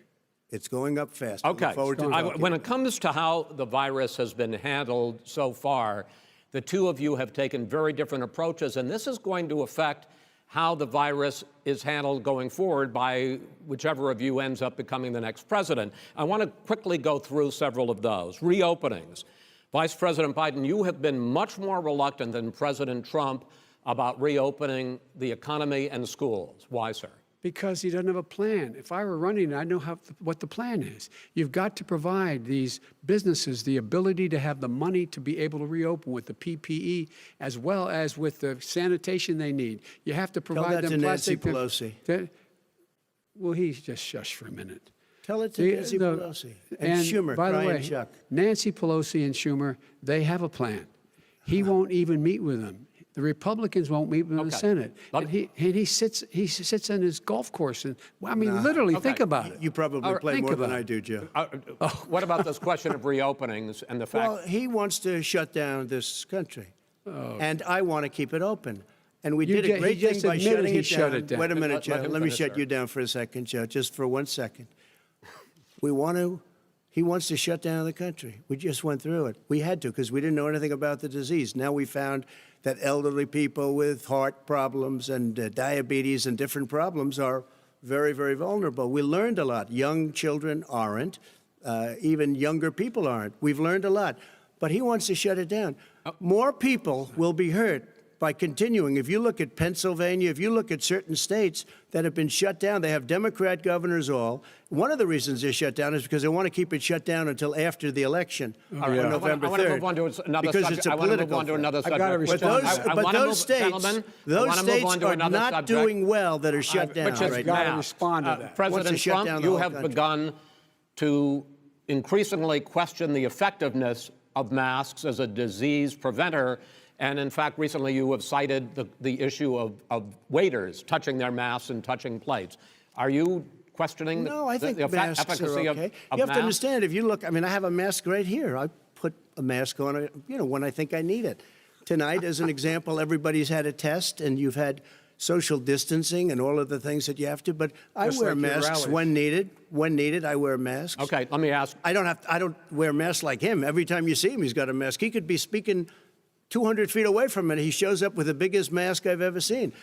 I will say this. Vice President Biden, go ahead, sir. Look, the way to open businesses is give them the wherewithal to be able to open. We provided money. But I was asking you, sir, about masks. Well, masks make a big difference. His own head of the CDC said if we just wore masks between now, everybody wore masks and social distance between now and January, we'd probably save up to 100,000 lives. It matters. And they've also said the opposite. They've also said no serious person said the opposite. They've No also said, well, look serious. at, All right, I wanna Dr. ask you- Fauci. Dr. Fauci said the He opposite. did not I say want to the ask you, we opposite. got a said little very bit more than a strongly, minute left in this masks segment. are not good. Then he changed his mind. He said masks are good. I'm wanna okay ask- with masks. I I'm want to not ask you fighting both about masks. one last subject, because your different approaches has even affected the way that you have campaigned. President Trump, you're holding large rallies with crowds packed together, thousands of people. Outside. Outside, yes, sir, agreed. Vice President Biden, you are holding much smaller events with Because nobody will show up. people with. Well, it's true. Nobody shows up to his rallies. All right. In any case, why you holding the big rallies? Why you not? You go first, sir. Because people want to hear what I have to say. I mean, But are you I've not done a worried great about it job spreading as a disease? president, and I'll have 35,000 people show up at airports. We use airports. Are you and not worried hangars, about and we the have a disease lot of issue, people. sir? Well, so far we have had no problem whatsoever. It's outside. That's a big difference, according to the experts. And we do them outside. We have tremendous crowds, as you see. I mean, and literally on 24 hours' notice. And Joe does the circles and has 3 people someplace. Okay. By the way, did you see sir. one of the last big rallies he has? And a reporter came up to him to ask him a question. He said, no, stand back. Put on your mask. Put on a mask. Have you been tested? I'm way far away from those other people. That's what he said. I can't. I'm going to be okay. He's not worried about you. He's not worried about the people out there breathing in one another. We've had no negative cheek to effect. jowl. No negative effect. We've Come had on. no negative effect. And we've had 35, 40,000 All right. Do you people want at to any of these rallies. just Yes. quickly finish up, because I want to move on to our next. Yes, I would. He's been totally irresponsible the way in which he has handled the social distancing and people wearing masks, basically encouraged them not to. All right. He's a fool on this. If you could get the crowds, you would have done the same thing. But you can't. Nobody cares. Gentlemen, can we move on Nobody to the cares. Gentlemen, can we move on to the economy? Yes. The economy is, I think it's fair to say, recovering faster than expected from the shutdown. Much faster. In the second quarter, the unemployment rate fell to 8.4% last month. The Federal Reserve says the hit to growth, which is going to be there, is not going to be nearly as big as they had expected. President Trump, you say we are in a V-shaped recovery. Vice President Biden, you say it's more of a K-shape. What difference does that mean to the American people in terms of the economy? President Trump, in this segment, you go first. So we built the greatest economy in history. We closed it down because of the China plague. When the plague came in, we closed it down, which was very hard psychologically to do. He didn't think we should close it down, and he was wrong. And again, 2 million people would be dead now instead of still 204,000 people is too much. One person is too much. Should have never happened from China. But what happened is we closed it down, and now we're reopening, and we're doing record business. We had 10.4 million people in a 4-month period that we've put back into the workforce. That's a record the likes of which nobody's ever seen before. And he wants to close down he will shut it down again. He will destroy this country. You know, a lot of people, between drugs and alcohol and depression, when you start shutting it down, you take a look at what's happening at some of your Democrat-run states where they have these tough shutdowns. And I'm telling you, it's because they don't want to open it. One of them came out last week. You saw that. Oh, we're going to open up on November 9th. Why November 9th? Because it's after the election. They think they're hurting us by keeping them closed. They're hurting people. People know what to do. They can social distance. They can wash their hands. They can wear masks. They can do whatever they want. But they got to open these states up. When you look at North Carolina, when you look, and these governors are under siege, Pennsylvania, Michigan, and a couple of others, you got to open these states up. It's not fair. You're talking about almost, it's like being in prison. And you look at what's going on with divorce, look at what's going on with alcoholism and drugs. It's a very, very sad thing. And he'll close down the whole country. This guy will close down the whole country and destroy our country. Our country is coming back incredibly well, setting records as it does it. We don't need somebody to come in and say, let's shut it down. All right. Your 2 minutes, sir. We're now moved to you. As I said, posing the question, the president says it's a V-shaped recovery. You say it's a K-shaped recovery. What's the difference? The difference is millionaires and billionaires like him in the middle of the COVID crisis have done very well. Billionaires have made another $300 billion because of his profligate tax proposal, and he only focused on the market. But you folks at home, you folks living in Scranton and Claymont and all the small towns and working class towns in America, how well are you doing? This guy paid Well, a total of $750 in wrong. taxes. Sir, wait, no, sir, it's It's just the wrong yeah, statement. I understand. You've agreed to the 2 minutes, so please let him have it. Do I get my time back? The fact is that he has, in fact, worked on this in a way that he's going to be the first president of the United States to leave office having fewer jobs in his administration than when he became president. Fewer jobs than when he became president. First one in American history. Secondly, the people who have lost their jobs are those people who have been on the front lines, those people who have been saving our lives, those people who have been out there dying, people who've been putting themselves in the way to make sure that we could all try to make it. And the idea that he is insisting that we go forward and open when you have almost half the states in America with a significant increase in COVID deaths and COVID cases in the United States of America. And he wants to open it up more. Why does he want to open it up? Why doesn't he take care of the American? You can't fix the economy until you fix the COVID crisis. And he has no intention of doing anything about making it better for you all at home in terms of your health and your safety. Schools, why aren't schools open? Because it costs a lot of money to open them safely. You know, they were going to give, his administration was going to give the teachers and school students masks. And then they decided, no, couldn't do that because it's not a national emergency. Not a national emergency. They've done nothing to help small businesses. Nothing. They're closing. 1 in 6 is now gone. He ought to get on the job and take care of the needs of the American people so we can open safely. All right. Your time is up, sir. Well, we are going to get to... I have to respond to that. Well, you both had 2 minutes, sir. Excuse me, he made a statement. So did you. People want their schools, people want their schools open. They don't want to be shut down. They don't want their state shut down. They want their restaurants. I look at New York. It's so sad what's happening in New York. It's almost like a ghost town, and I'm not sure it can ever recover what they've done in New York. People want their places open. They want to get back to their lives. They'll be careful, but they want their schools open. I'm the one that brought back football. By the way, I brought back Big Ten football. It was me, and I'm very happy to do it. And all right, people of Ohio are very proud of me. And you know how I found out? When he took gentlemen, a phony we're going to ad. get to your economic plans going forward in a moment. But first, Mr. President, as you well know, there's a new report that in 2016, the year you were elected president, and 2017, your first year as president, that you paid $750 a year in federal income tax each of those years. I know that you pay a lot of other taxes, but I'm asking you the specific question. Is it true that you paid $750 in federal income taxes each of those 2 years? I paid millions of dollars in taxes, millions of dollars of income tax. And let me just tell you, there was a story in one of the papers. Show us your tax I paid $38 million 1 year. I paid $27 million Show us your tax 1 year. returns. I went... you'll see it as soon as it's finished. You'll see it. You know, if you want to go to the Board of Elections. There's a 118-page or so report that says everything I have, every bank I have, I'm totally under-leveraged because the assets are extremely good, and we have a very, I built a great company. I'm asking you a specific question, which is... But let me tell you... I understand all of that. I understand all of that. But no, Mr. President. Go ahead. I'm asking you a question. Will you tell us how much you paid in federal income taxes in 2016 and 2017? Millions of dollars. You paid millions of dollars? Millions of dollars, So yes. not 750? Millions of dollars, and you'll get to see it. You'll get to see it. But let me just tell you, Chris, let me just tell you something, that it was the tax laws. I don't want to pay tax.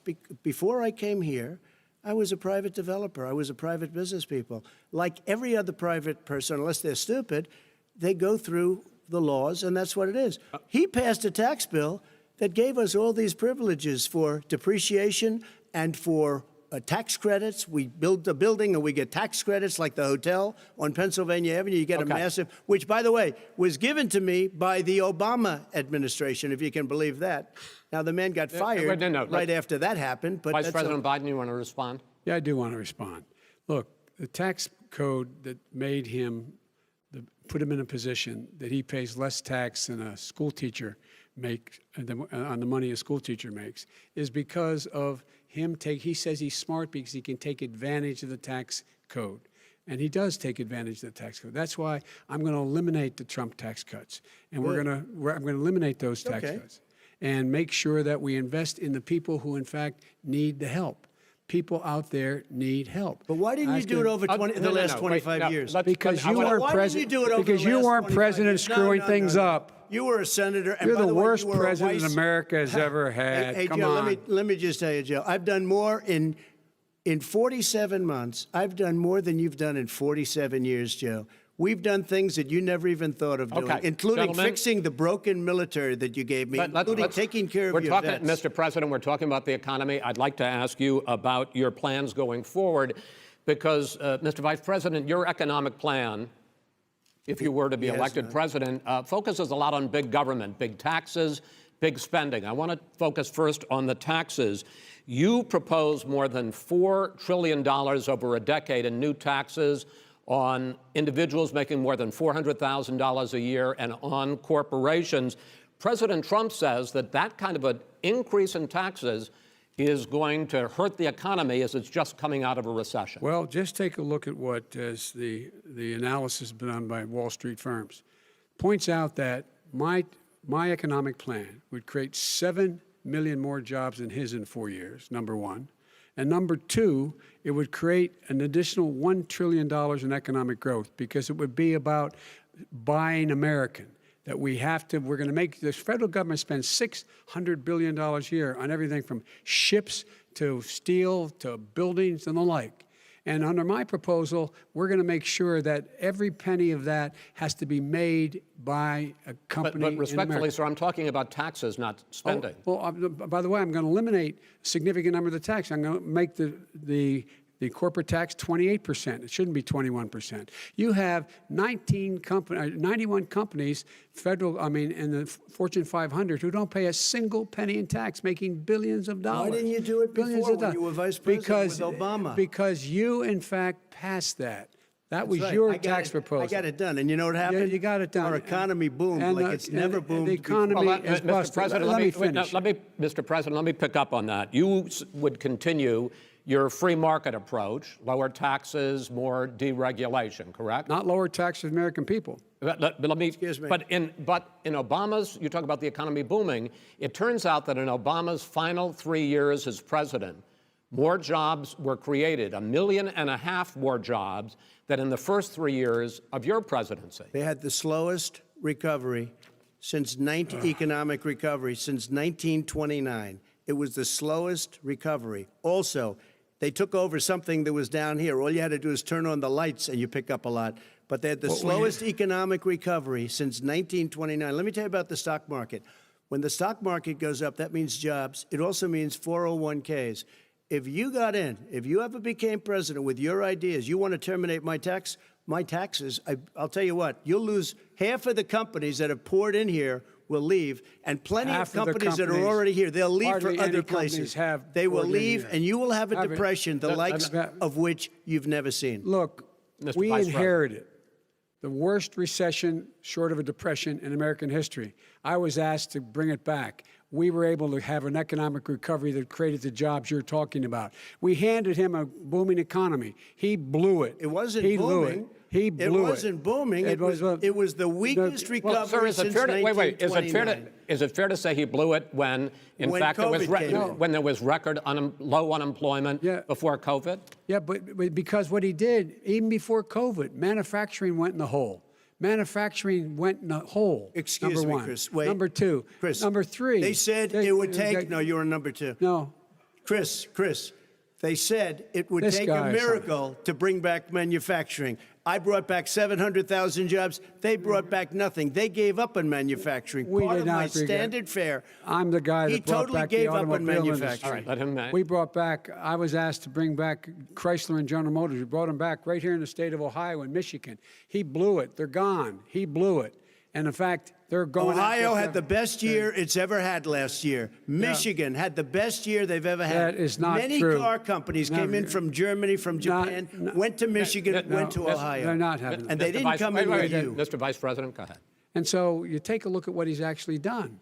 He's done very little. His trade deals are the same way. He talks about these great trade deals. You know, he talks about the art of the deal. China's perfected the art of the steal. We have a higher deficit with China now than we did before. We have the highest trade deficit China with ate Mexico. your lunch, down All right, 18%. China ate your lunch, Joe, and no wonder your son goes in and he takes out billions of dollars, to manage. He makes millions of dollars.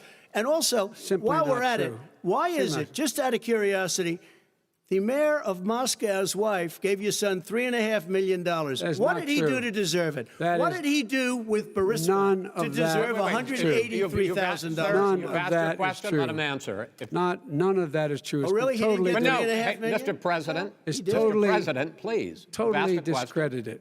Totally discredited. And by the way, Well, wait, he didn't get No, no. $3.5 million, Joe? Mr. Vice, He got Mr. $3.5 million. President, that is not true. Oh, really? Mr. Oh. President, But, it's an open discussion, please. Now, It's a fact. Well, There's- it you is have not a raised an fact. issue. Let the been Vice totally President answer. discredited. Did There was a Burisma pay him report. $183,000 a month with no experience in energy?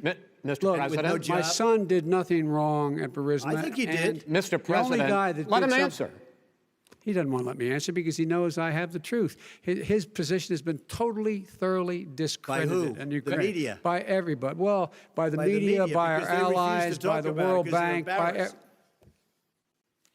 by everyone has discredited. Matter of fact, even Mr. the people President, who please stop. testified under oath. So let me under ask you oath, this, under- Joe. under No, oath. go ahead, Mr. I'm listening to Even you. the people under. He got $3.5 million from testified- Moscow.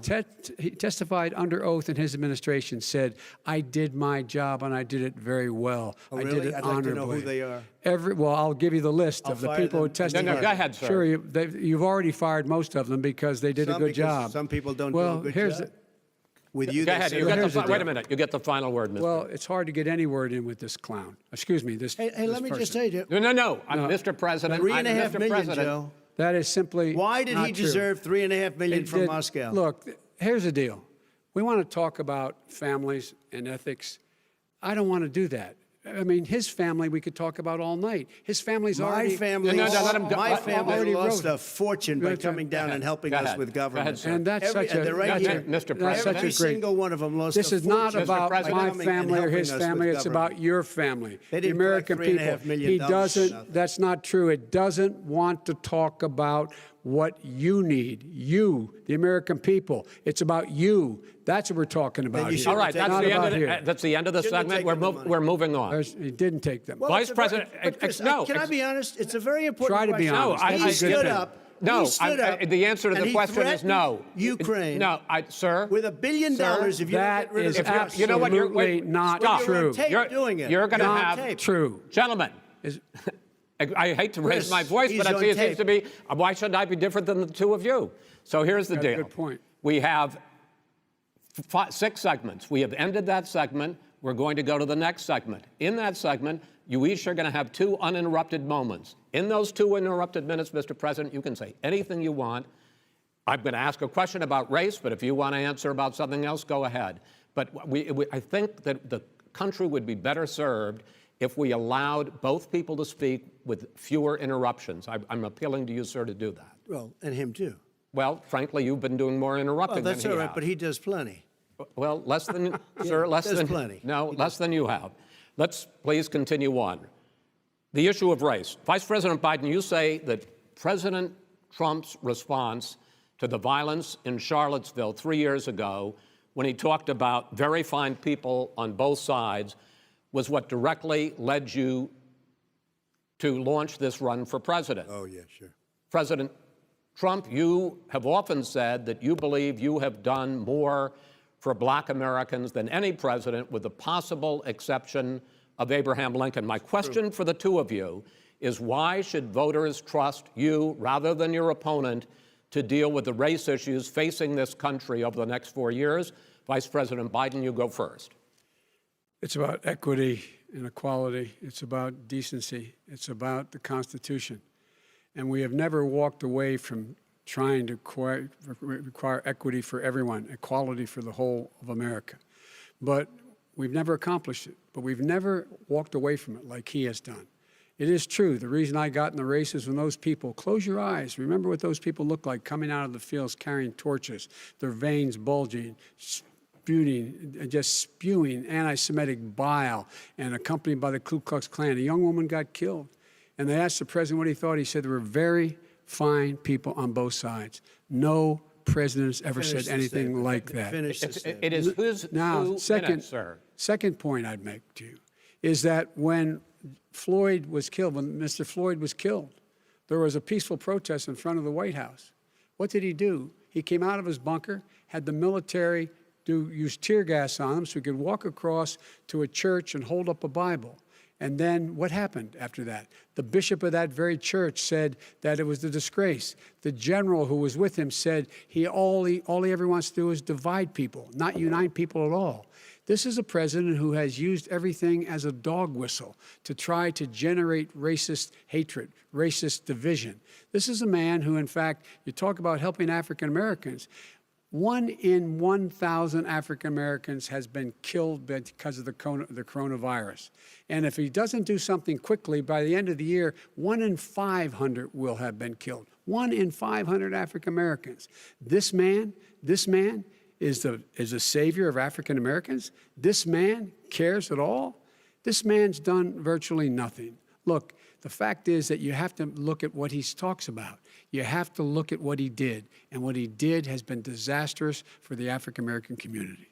So, President Trump, you have 2 minutes. Why should Americans trust you over your opponent to deal with racism? he did a crime bill, 1994, where you call them super predators, African Americans, the super predators, and they've never forgotten it. They've never forgotten it, Joe. No, sir, it's his 2 minutes. So you did that, and they call you a super predator, and I'm letting people out of jail now that you have treated the African American population community, you have treated the black community about as bad as anybody in this country. You did the 1990, and that's why, if you look at the polls, I'm doing better than any Republican has done in a long time, because they saw what you did. You call them super predators, and you've called them worse than that, because you look back at your testimony over the years, you've called them a lot worse than that. As far as the church is concerned, and as far as the generals are concerned, we just got the support of 250 military leaders and generals, total support. Law enforcement, almost every law enforcement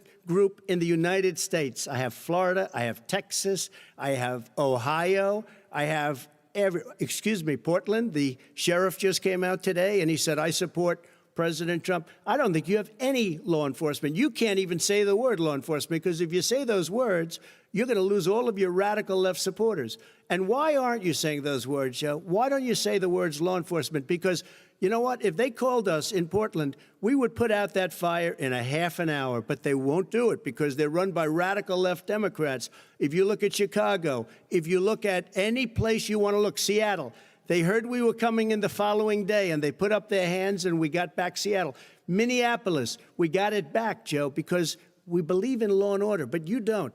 The top 10 cities and just about the top 40 cities are run by Democrats and, in many cases, radical left. And they've got you wrapped around their finger, Joe, to a point where you don't want to say anything about law and order. And I'll tell you what, the people of this country want and demand law and order, and you're afraid to even say it. All right. I want to return to the question of race. Vice President Biden, after the grand jury in the Breonna Taylor case decided not to charge any of the police with homicide, you said it raises the question, quote, whether justice could be equally applied in America. Do you believe that there is a separate but unequal system of justice for blacks in this country? Yes, there is. There's systemic injustice in this country, in education and work and in law enforcement and the way in which it's enforced. But look, the vast majority of police officers are good, decent, honorable men and women. They risk their lives every day to take care of us. But there are some bad apples. And when they occur, when they find them, they have to be sorted out. They have to be held accountable. They have to be held accountable. And what I'm going to do as President of the United States is call together an entire group of people at the White House, everything from the civil rights groups to the police officers, to the police chiefs, and we're going to work this out. We're going to work this out. So we change the way in which we have more transparency in when these things happen. These cops aren't happy to see what happened to George Floyd. These cops aren't happy to see what happened to Breonna Taylor. Most don't like it. But we have to have a system where people are held accountable. And by the way, violence in response is never appropriate. Never appropriate. Peaceful protest is. Violence is never appropriate. All right. What is peaceful protest? When they run through the middle of a town and burn down your stores and kill people all over the place, and you say peaceful protest? President Trump, No, it's I'm not asking. but you say it is. President Trump, I'd like to continue with the Yes, issue go of ahead, race. I please. promise we're going to get to the issue of law and order in a moment. This month, your administration directed federal agencies to end racial sensitivity training that addresses white privilege or critical race theory. Why did you decide to do that, to end racial sensitivity training? And do you believe that there is systemic racism in this country, sir? I ended it because it's racist. I ended it because a lot of people were complaining that they were asked to do things that were absolutely insane, that it was a radical revolution that was taking place in our military, in our schools, all over the place, and you know it, and so does everybody else. And he would know. What is radical totally about racist. racial sensitivity training, sir? If you were a certain person, you had no status in life. It was sort of a reversal. And if you look at the people, we were paying people hundreds of thousands of dollars to teach very bad ideas and, frankly, very sick ideas. And really, they were teaching people to hate our country. And I'm not going to do that. I'm not going to allow that to happen. We have to go back to the core values of this country. They were teaching people that our country is a horrible place, it's a racist place, and they were teaching people to hate our country. And I'm not going to allow that to happen. Vice President Biden? Nobody's doing that. He's the racist. You just don't know. Here's the deal. I know a lot more about You this don't than he know. does. Let him finish. The fact is that there is racial insensitivity. People have to be made aware of what other people feel like, what insults them, what is demeaning to them. It's important to people know. They don't want to. Many people don't want to hurt other people's feelings, but it makes a big difference. It makes a gigantic difference in the way a child is able to grow up and have a sense of self-esteem. It's a little bit like how this guy and his friends look down on so many people. They look down their nose on people like Irish Catholics like me and grew up in Scranton. They look down on people who don't have money. They look down on people who are of a different faith. They look down on people who are a different color.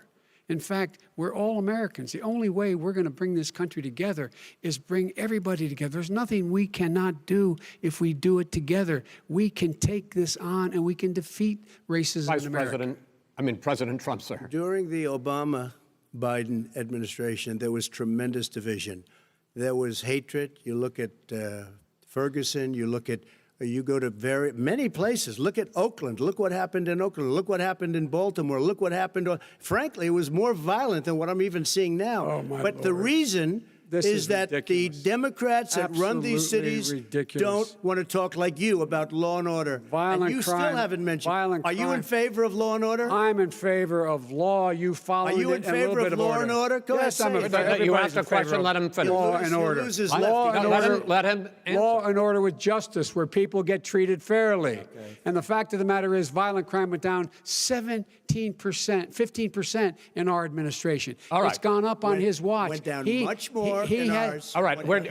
Mr. President, you're going to. Mr. President, every record in the Mr. book. President, you're going to be very happy because we're now going to talk about law and order. Places we had trouble were Democratic-run cities. That's and exactly my question. Democratic. There has been a dramatic increase in homicides in America this summer, particularly, and you often blame that on Democratic mayors and Democratic governors, but in fact, there have been equivalent spikes in Republican-led cities like Tulsa and Fort Worth. So the question is this really a party issue? I think it's a party issue. You can bring in a couple of examples, but if you look at Chicago, what's going on in Chicago, where 53 people were shot and 8 died, shot. If you look at New York, where it's going up like nobody's ever seen anything, the numbers are going up 100, 150, 200%. Crime. It is crazy what's going on. And he doesn't want to say law and order because he can't, because he'll lose his radical left supporters. And once he does that, it's over with. But if he ever got to run this country and they ran it the way he would want to run it, we would have our suburbs would be gone. By the way, our suburbs would be gone, and you would see problems like you've never seen. He wouldn't know a suburb unless he took a wrong turn. Oh, I know suburbs. He would not. So much I was better. raised. Go ahead. Wait a minute. I was raised in the suburbs. This is not 1950. All these dog whistles and racism don't work anymore. Suburbs are by and large integrated. There's many people today driving their kids to soccer practice and/or to black and white and Hispanic in the same car as there have been any time in the past. What really is a threat to the suburbs and their safety is his failure to deal with COVID. They're dying in the suburbs. His failure to deal with the environment. They're being flooded. They're being burned out because his refusal to do anything. That's why the suburbs are in trouble. I do want to talk about this issue of law and order, though. And in the joint recommendation that came from the Biden-Bernie Sanders task force, you talked about, quote, reimagining policing. Yeah. First of all, what does reimagining policing mean, and do you support? It means. Let me, if I might finish the question. What does reimagining policing mean, and do you support the Black Lives Matter call for community control of policing? Look, what I support is the police having the opportunity to deal with the problems they face. And I'm totally opposed to defunding the police officers. As a matter of fact, local police, the only one defunding it, his budget calls for a $400 million cut in local law enforcement assistance. They need more assistance. They need, when they show up for a 9/11 call, to have someone with them as a psychologist or psychiatrist to keep them from having to use force and be able to talk people down. We have to have community policing like we had before, where the officers get to know the people in the communities. That's when crime went down. It didn't go up, it went down. And so we have to be engaged. That's not what they're talking about, Chris. That's not what they're talking about. He's talking about defunding the police. That is not true. He doesn't have any law support. Look, he has no law enforcement support. That's not true. Almost that's nothing. Look. Oh, really? Who do you have? Name one group that supports you. Name one group that came out and supported you. Go ahead. Look, think. We have time. We don't have time to do anything. No, think all right.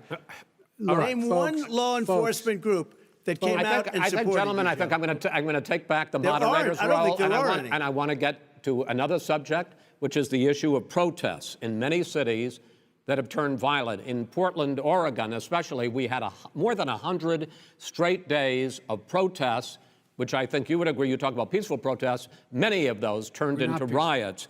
Mr. Vice President, you say that people who commit crimes should be held accountable. The question I have, though, is, as the Democratic nominee, and earlier tonight you said that you are the Democratic Party right now, have you ever called the Democratic mayor of Portland or the Democratic governor of Oregon and said, hey, you got to stop this, bring in the National Guard, do whatever it takes, but you stop the days and months of violence in Portland? I don't hold public office now. I am a former vice president. I've made it clear in my public statements that the violence should be prosecuted. It should be prosecuted, and anyone who commits it but should you've never called for the people, the leader. Excuse me, sir. You have never called for the leaders in Portland and in Oregon to bring in the National Guard and knock off 100 days of riots. They can, in fact, take care of it if he just stay out of the way. Look here. Oh, really? Really? Here's the thing. I sent in the U.S. Marshals to get the killer of the young man in the middle of the street. They shot him, and for 3 days, President Trump, Portland wouldn't do anything. I had to send in the U.S. Marshals. They took care of business. Go ahead, sir. And by the way, his own former spokesperson said, riots and chaos and violence help his cause. That's what this is all about. I don't know who said that. I do. Who?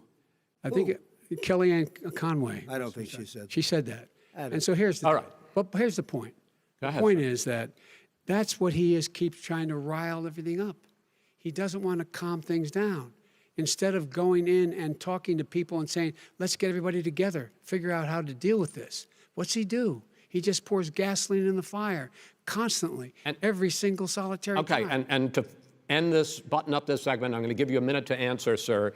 You have repeatedly criticized. I have to answer his statement. No, you have his repeatedly. Statement. Wait, you have repeatedly. No, you've been talking back and forth. He made a statement. I'm asking you. I would love to end it. Sir, I would love to end it. If you want to switch seats, We would very quickly. We could do that, but I'd I'm send no, in the National Guard. It would be over. There'd be no problem. Okay, but they good. don't want to accept the National Guard. You have repeatedly criticized the vice president for not specifically calling out Antifa and other left-wing extremist groups.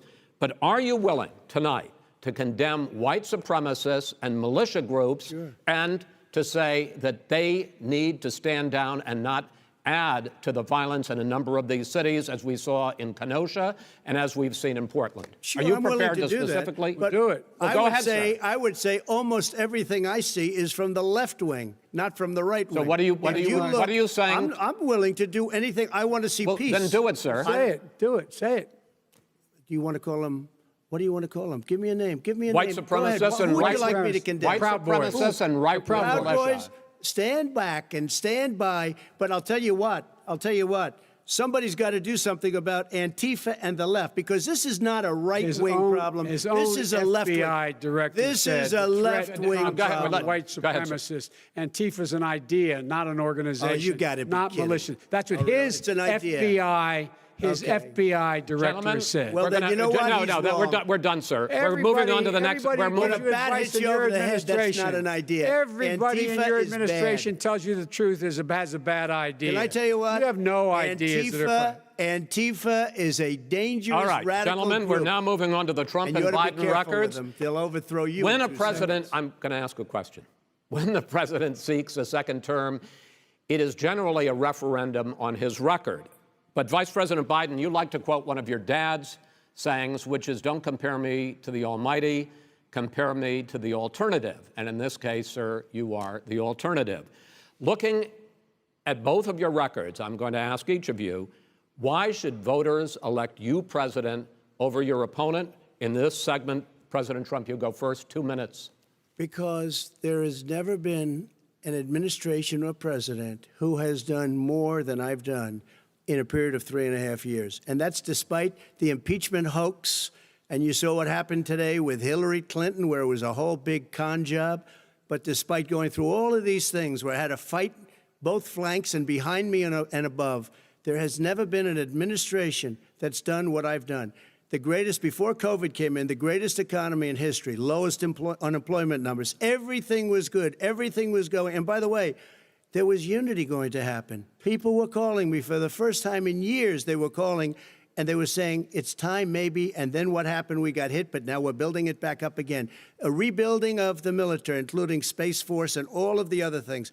A fixing of the VA, which was a mess under him. 308,000 people died because they didn't have proper health care. It was a mess. And we now got a 91% approval rating at the VA, our vets. We take care of our vets. But we've rebuilt our military. The job that we've done, and I'll tell you something, some people say maybe the most important. By the end of the first term, I'll have approximately 300 federal judges and Court of Appeals judges, 300, and hopefully 3 great Supreme Court justices. That is a record, the likes of which very few people, and you know one of the reasons I'll have so many judges? Because President Obama and him left me 128 judges to fill. When you leave office, you don't leave any judges. That's like, you just don't do that. They left 128 openings, and if I were a member of his party, because they have a little different philosophy, I'd say if you left us 128 openings, you can't be a good president, you can't be a good vice president. But I want to thank you because it gives us almost, it'll probably be above that number by the end of this term. 300 judges, it's a record. Looking at both your records, why should voters elect you president as opposed to President Trump? You have 2 minutes uninterrupted. Under this president, we become weaker, sicker, poorer, more divided, and more violent. When I was vice president, we inherited a recession. I was asked to fix it. I did. We left him a booming economy, and he caused a recession. With regard to being weaker, the fact is that I've gone head-to-head with Putin and made it clear to him we're not going to take any of his stuff. He's Putin's puppy. He still refuses to even say anything to Putin about the bounty on the heads of American soldiers. Your son got $3.5 million. And by the way, my son... Wait a minute. Mr. President, your campaign agreed to both sides would get 2-minute answers uninterrupted. Well, your side agreed to it, and why don't you observe what your campaign agreed to as a ground rule, okay, sir? He never keeps his word. Can you add No, back no, I'm not asking. That was a rhetorical question. Can you Go add ahead, back sir. 30 seconds? Yeah, Because- yes, okay. you may have. All right. Go ahead. So, thirdly, we're poor. The billionaires have gotten much more wealthy by a tune of over $300 to $400 billion more just since COVID. You in the home, you got less. You're in more trouble than you were before. In terms of being more violent, when we were in office, there were 15% less violence in America than there is today. He's president of the United States. It's on his watch. And with regard to more divided, the nation can't stay divided. We can't be this way. And speaking of my son, the way you talk about the military, the way you talk about them being losers and being and just being suckers. My son was in Iraq. He spent a year there. He got the Bronze Star. He got the Conspicuous Service Medal. He was not a loser. He was a patriot, and the people left behind there were heroes. Really? And I resent. Are you talking like about hell. Hunter? Are you talking about Hunter? I'm talking about my son, Beau Biden. You're talking about. I don't know Beau. I know Hunter. Yeah, Hunter you know Beau. Hunter got thrown out of the military. He was thrown out, dishonorably discharged. That's not true. He For wasn't dishonorably cocaine use. And he didn't have a job until you became vice president. And once you None became of that vice is president, true. he made a fortune in Ukraine, in China, in Moscow, That is simply and various not other places. true. He My made a son, fortune. My son, and he didn't have a job. My son, like a lot of people we know at home, had a drug problem. He's overtaken it. He's fixed it. He's worked on it, and I'm proud of him. But why was he proud of given my tens son. of millions All of right. But dollars? he wasn't given All right. tens of millions of He was dollars. given That is tens of totally, millions of that's dollars. been totally President Trump, discredited. you've already been through. Totally discredited. We've already been through this. I think the American people would rather hear about more substantial So do I. subjects. Well, you know, as the moderator, sir, I'm going to make a I know, but when judgment call somebody here. gets $3.5 million Okay, right. from the Let's mayor talk of about- Moscow, let's That talk is about- not I think true. it's a terrible That thing. report is totally Why did he get discredited. it? I Mitt think, Romney on that committee said it wasn't worth taxpayers' money, that report. It was written for political reasons. you know, I'd like to talk about climate change. So would I. Okay. The forest fires in the West are raging now. They have burned millions of acres. They have displaced hundreds of thousands of people. When state officials there blame the fires on climate change, Mr. President, you said, I don't think the science knows. Over your 4 years, you have pulled the U.S. out of the Paris Climate Accord. You have rolled back a number of Obama environmental records. What do you believe about the science of climate change? And what will you do in the next 4 years to confront it? I want crystal clean water and air. I want beautiful, clean air. We have now the lowest carbon. If you look at our numbers right now, we are doing phenomenally. But I haven't destroyed our businesses. Our businesses aren't put out of commission. If you look at the Paris Accord, it was a disaster from our standpoint. And people are actually very happy about what's going on because our businesses are doing well. As far as the fires are concerned, you need forest management in addition to everything else. The forest floors are loaded up with trees, dead trees that are years old, and they're like tinder, and leaves and everything else. You drop a cigarette in there, the whole forest burns down. You've got to have forest management. What do you You've got to have believe? cuts. What do you believe about the science of climate change, sir? I believe that we have to do everything we can to have immaculate air, immaculate water, and do whatever else we can that's good. You know, we're planting 1 billion trees, the Billion Tree Project, and it's very Do you exciting believe for a lot of people. that human pollution, greenhouse gas emissions contributes to the global warming of this I think planet? a lot of things do, but I think to an extent, yes. I think to an extent, yes. But I also think we have to do better management of our forests. Every year, I get the call, California's burning. California's burning. If that was cleaned, if you had forest management, good forest management, you wouldn't be getting those calls. You know, in Europe, they have forest cities. They're called forest cities. They maintain their forests. They manage their forests. I was with the head of a major country. It's a forest city. He said, sir, we have trees that are far more, they ignite much easier than California. There shouldn't be that problem. I spoke with the governor about it. I'm getting along very well with the governor.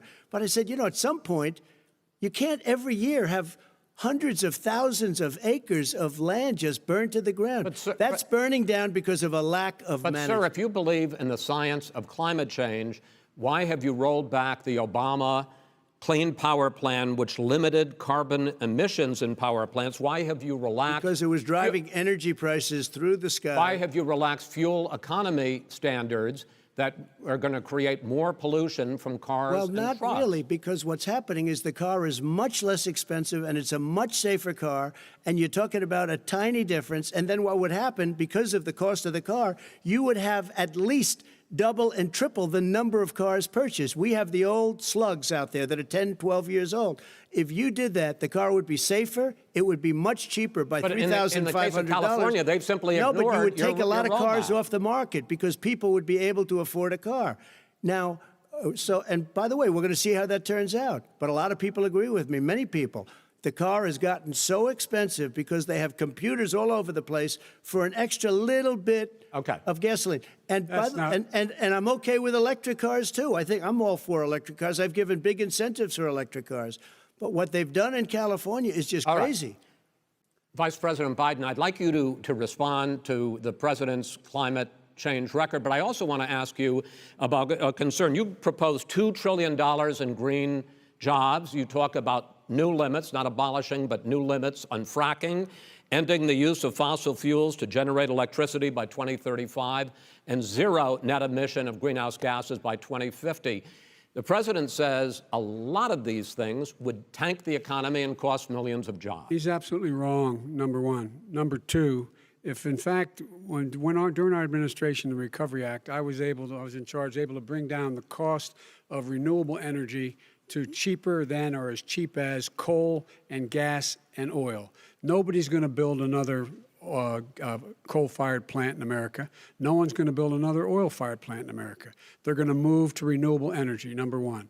Number two, we're going to make sure that we are able to take the federal fleet and turn it into a fleet that's run on their electric vehicles. Making sure that we can do that, we're going to put 500,000 charging stations in all of the highways that we're going to be building in the future.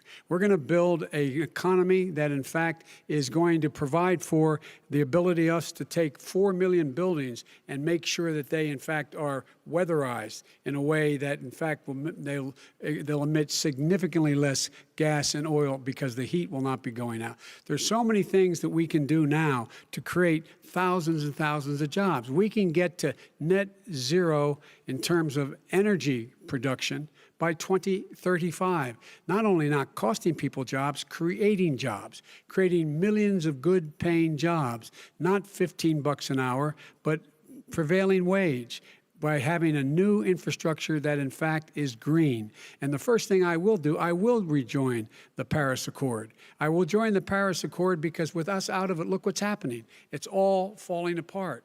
And talk about someone who has no relationship with foreign policy. Brazil, the rainforests of Brazil are being torn down, are being ripped down. More carbon is absorbed in that rainforest than every bit of carbon that's emitted in the United States.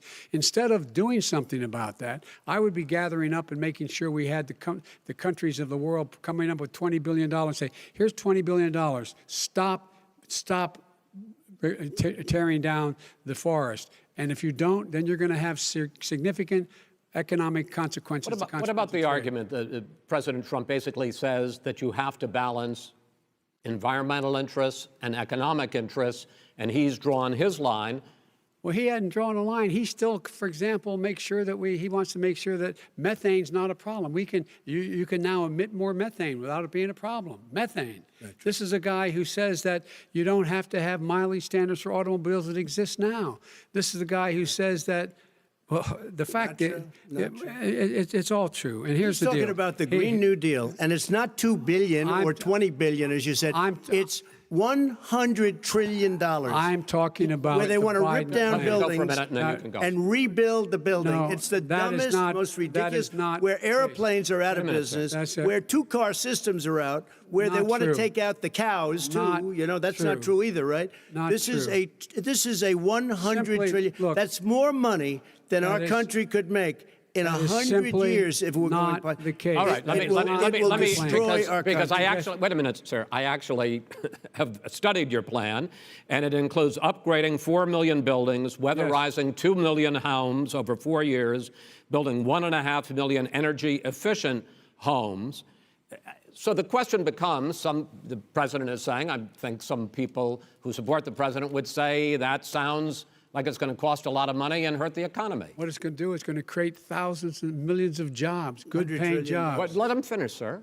He doesn't know how to do that. $100 billion. The fact is, it's going to create millions of good-paying jobs, and these tax incentives to people for people to weatherize, which he wants to get rid of. It's going to make the economy much safer. Look how much we're paying now to deal with the hurricanes. By the way, he has an answer for hurricanes. He said maybe we should drop a nuclear weapon on them. They may. I never said that. That's at all. he did say. You made it up.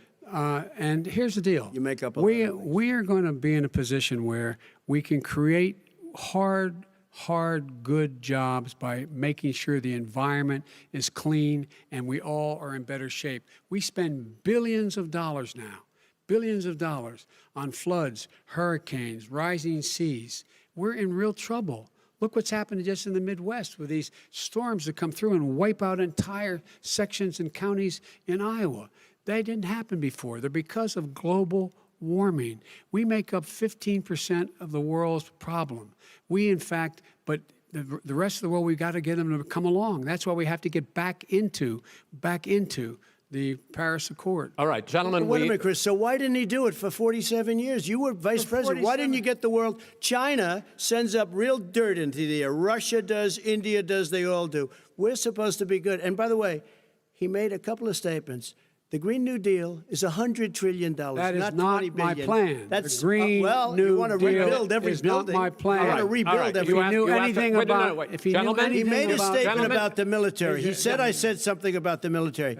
He and his friends made it up, and then they went with it. I never said it. Okay. That is what not he true. did Sir, is he you're done in said this segment. he called the military Mr. Vice President, stupid bastards. I and he did said not it on say tape. He said Mr. stupid Please, bastards. He sir, said it. stop. I would never I say would that play to it. the military. Play it.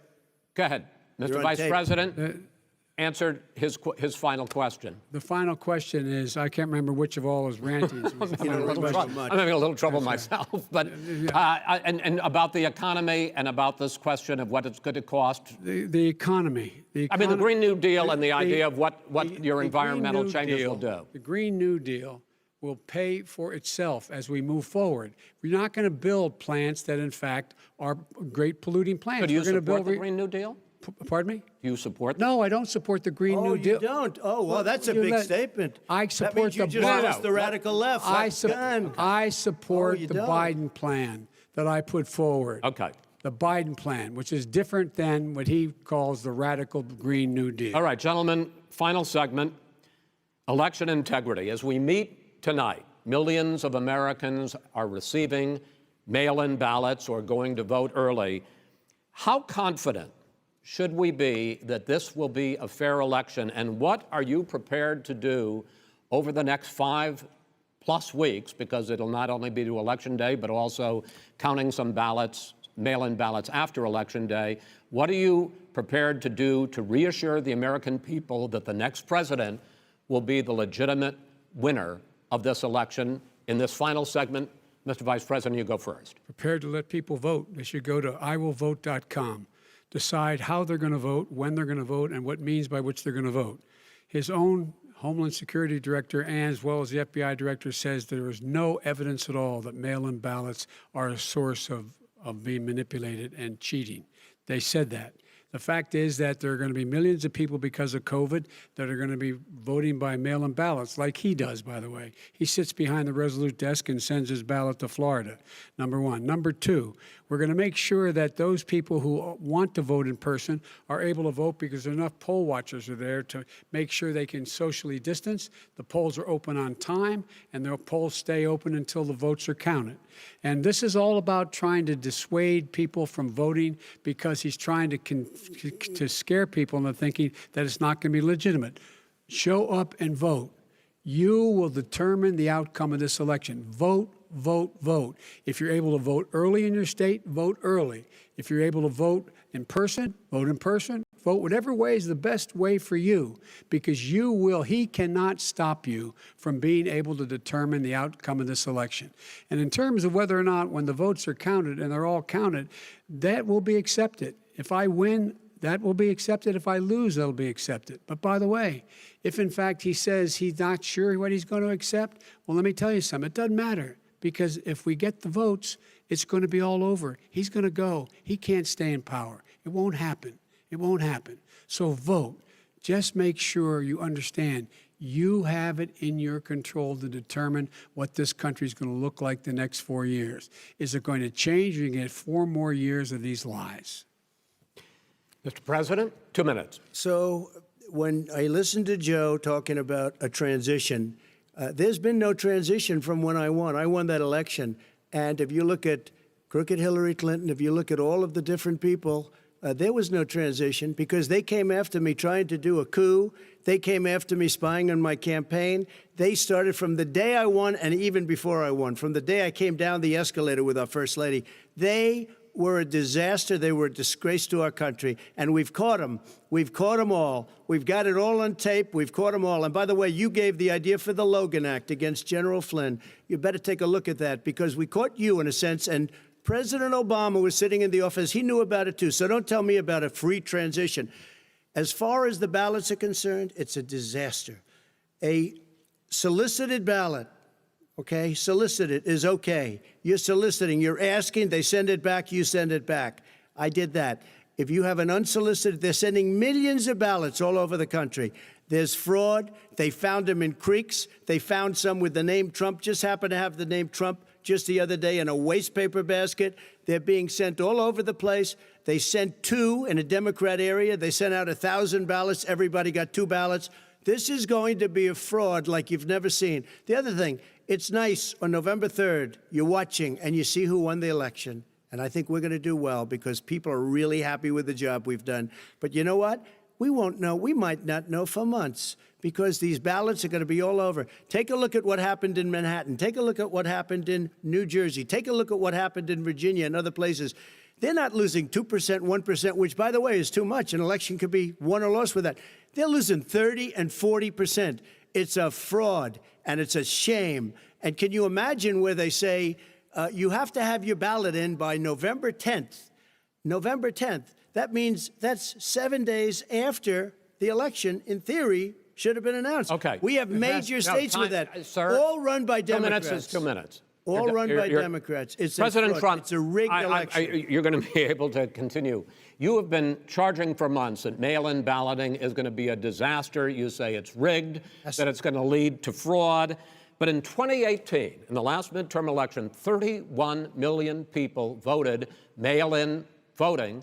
That was a quarter, more than a quarter, of all the voters that year cast their ballots by mail. Now that millions of mail-in ballots have gone out, what are you going to do about it? And are you counting on the Supreme Court, including a Justice Barrett, to settle any dispute? Yeah, I think I'm counting on them to look at the ballots, definitely. I hope we don't need them in terms of the election itself. But for the ballots, I think so. Because what's happening is incredible. I read today, where at least 1% of the ballots for 2016 were invalidated. They take them, we don't like them, we don't like them. But what are you going to do about it? There are millions of ballots going out right now. What you do is you go and vote. You do a solicited ballot, and that's okay, or you go and vote. I'm asking you about the fact that millions of people... You go and vote. You go and vote, but like they used to in the old. Millions of people. You either do, Chris, a solicited ballot where you're sending it in, they're sending it back, and you're sending. They have mailmen with lots of it. Did you see what's going on? Take a look at West Virginia. Mailmen selling the ballots. They're being sold. They're being dumped in rivers. This is a horrible thing for our country. This is not going to end well. There is no evidence. This is not going to end well. 5 states have had mail-in ballots for the last decade or more. 5, including 2 Republican states. And you don't have to solicit the ballot. It's sent to you. It's sent to your home.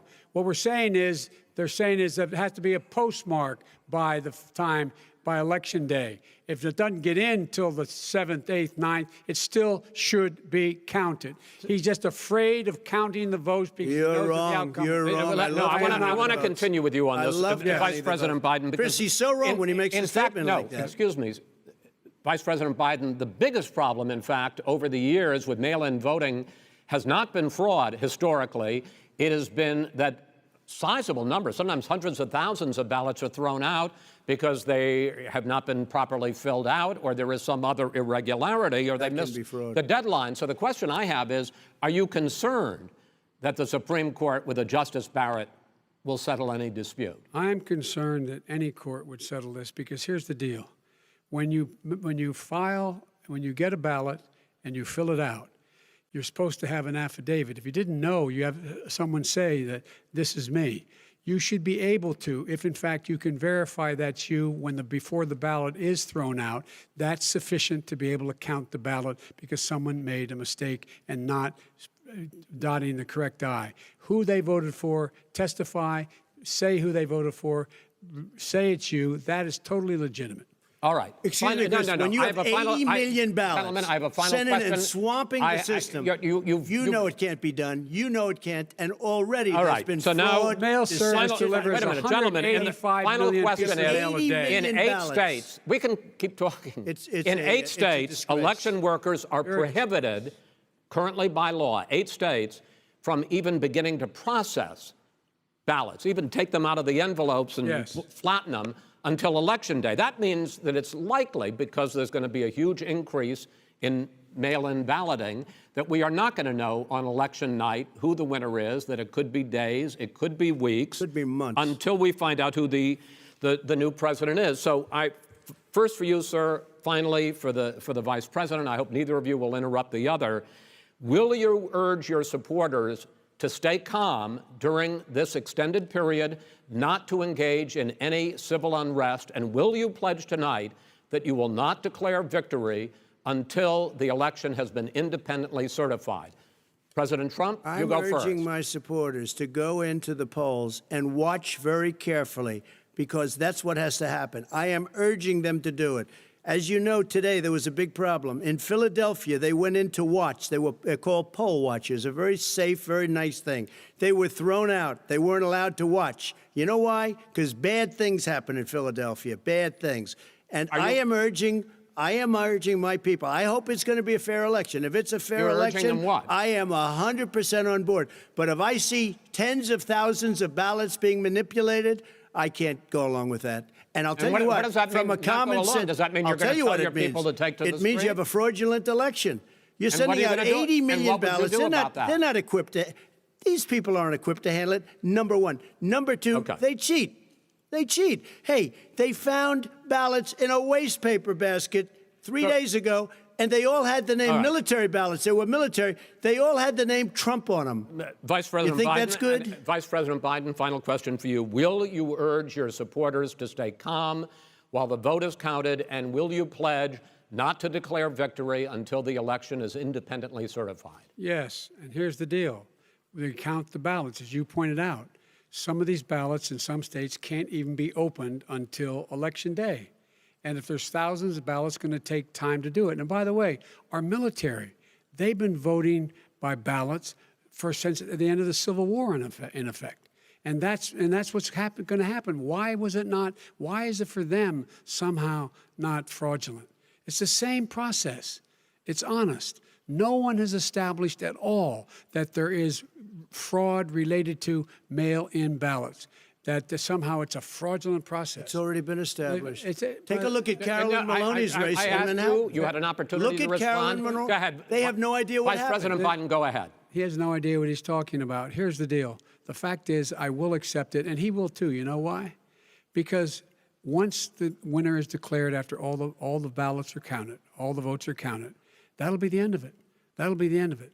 And if it's me, in fact, fine. If it's not me, I'll support the outcome.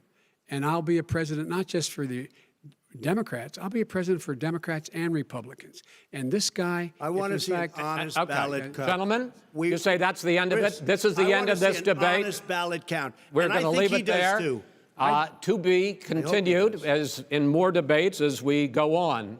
President Trump, Vice President Biden, it's been an interesting hour and a half. I want to thank you both for participating in the first of 3 debates that you have agreed to engage in. We want to thank Case Western Reserve University and the Cleveland Clinic for hosting this event. The next debate, sponsored by the Commission on Presidential Debates, will be 1 week from tomorrow, October 7th, at the University of Utah in Salt Lake City. The 2 vice presidential nominees, Vice President Mike Pence and Senator Kamala Harris, will debate at 9 p.m. Eastern that night. We hope you watch.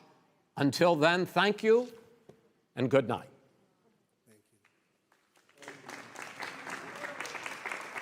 Thank you.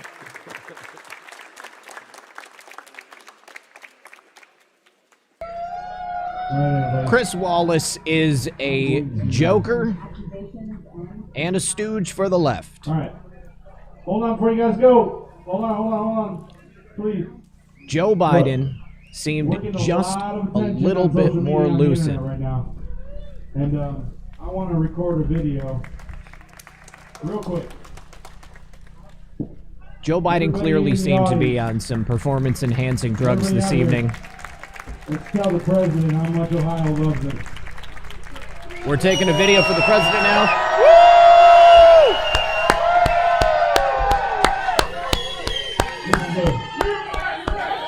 USA, USA, USA, USA, USA, USA, USA, USA, USA. Ohio loves President Trump. And that's a fact. Look at this grassroots effort right here. Every one of these patriots donated money tonight to be here with this big, huge 27-foot screen, this huge stage, that huge flag behind me, and a huge bunch of hearts out there. Because we love our president, we love our country. And we're going to do this again. We're going to do it again. All right. Let me tweet this out, and I want to talk real quick, but hold on. Let me just hit the button here. Thank you. So, Chris Wallace tonight did not act as a... why is it showing that? Huh. Well... Everything is kind of going haywire right now. Settings are not working correctly. We got the vice president. Before you guys take off, please pick up your trash, put it in a receptacle. I got a lot of cleaning. Unfortunately, I have to be in Chicago at 7 o'clock in the morning for a ALS benefit. Golfing. I don't know how to golf very well, but I'm gonna go to an ALS benefit and donate my time there tomorrow. So pray for me. But hey. We are going to do this again. I don't know if we can make October. That's pretty quick. All right. But I would ask you guys, if you haven't done so already, this is not a self-promotion, but follow me on Twitter. It's JR_ my last name. I will probably start another GoFundMe because my wife won't let me keep paying for this stuff. And if we can get the right amount of money, we'll do it again. All right, guys. So we have a GoFundMe to keep this lawn painted. I'm willing to get my ass out of here every weekend and paint this lawn. If you guys are willing to help me, all right? I'll do it all myself. I do it all myself every time, and I do it with a smile, right? So thank you guys for coming out tonight. And this guy right here for Fun Flicks, I forgot his name. Gary, is it Gary? Greg? Chuck. Sorry. Hey, Chuck's going to stay here for another hour. Red Pill's got more broadcasting to do, all right? You guys are more than welcome to stay out and watch that on the screen. I know a lot of people, you got to go to work tomorrow, but if you got to go,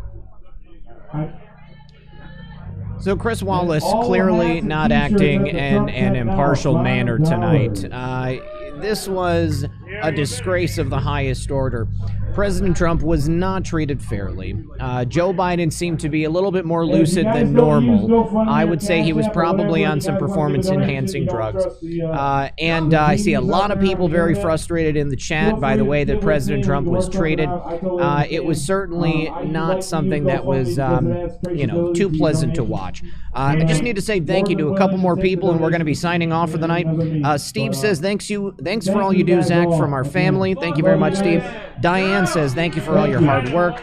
And Jessica says, to fight the dirty Dems. That is exactly what we're doing here on this channel. Chi-Chi is a little anxious. Let's see. Also on PayPal, I need to say thank you to Dewey. He says, you're the man, Red Pill. Mary says, keep up the great work. Hashtag MAGA. Catherine, thank you very much. Marsha, John, Sherry, thank you very much to all of you. I appreciate you guys very, very much, more than you could possibly know. We are looking to do this again, more than likely for the actual general election. So you guys, we are going to be doing live election returns. We'll figure out all of the details, but if not that night, JR and I are planning to do this again sometime before the election or perhaps the night of. We'll be working out the details and letting you guys know, but want to let everybody know that we did just break even with the GoFundMe and the help of everybody who donated tonight. I appreciate you guys so much. Thank you for hanging out with us tonight, and thank you to everybody who came and hung out with us live here, actually on site. All right, you guys, good luck and God bless.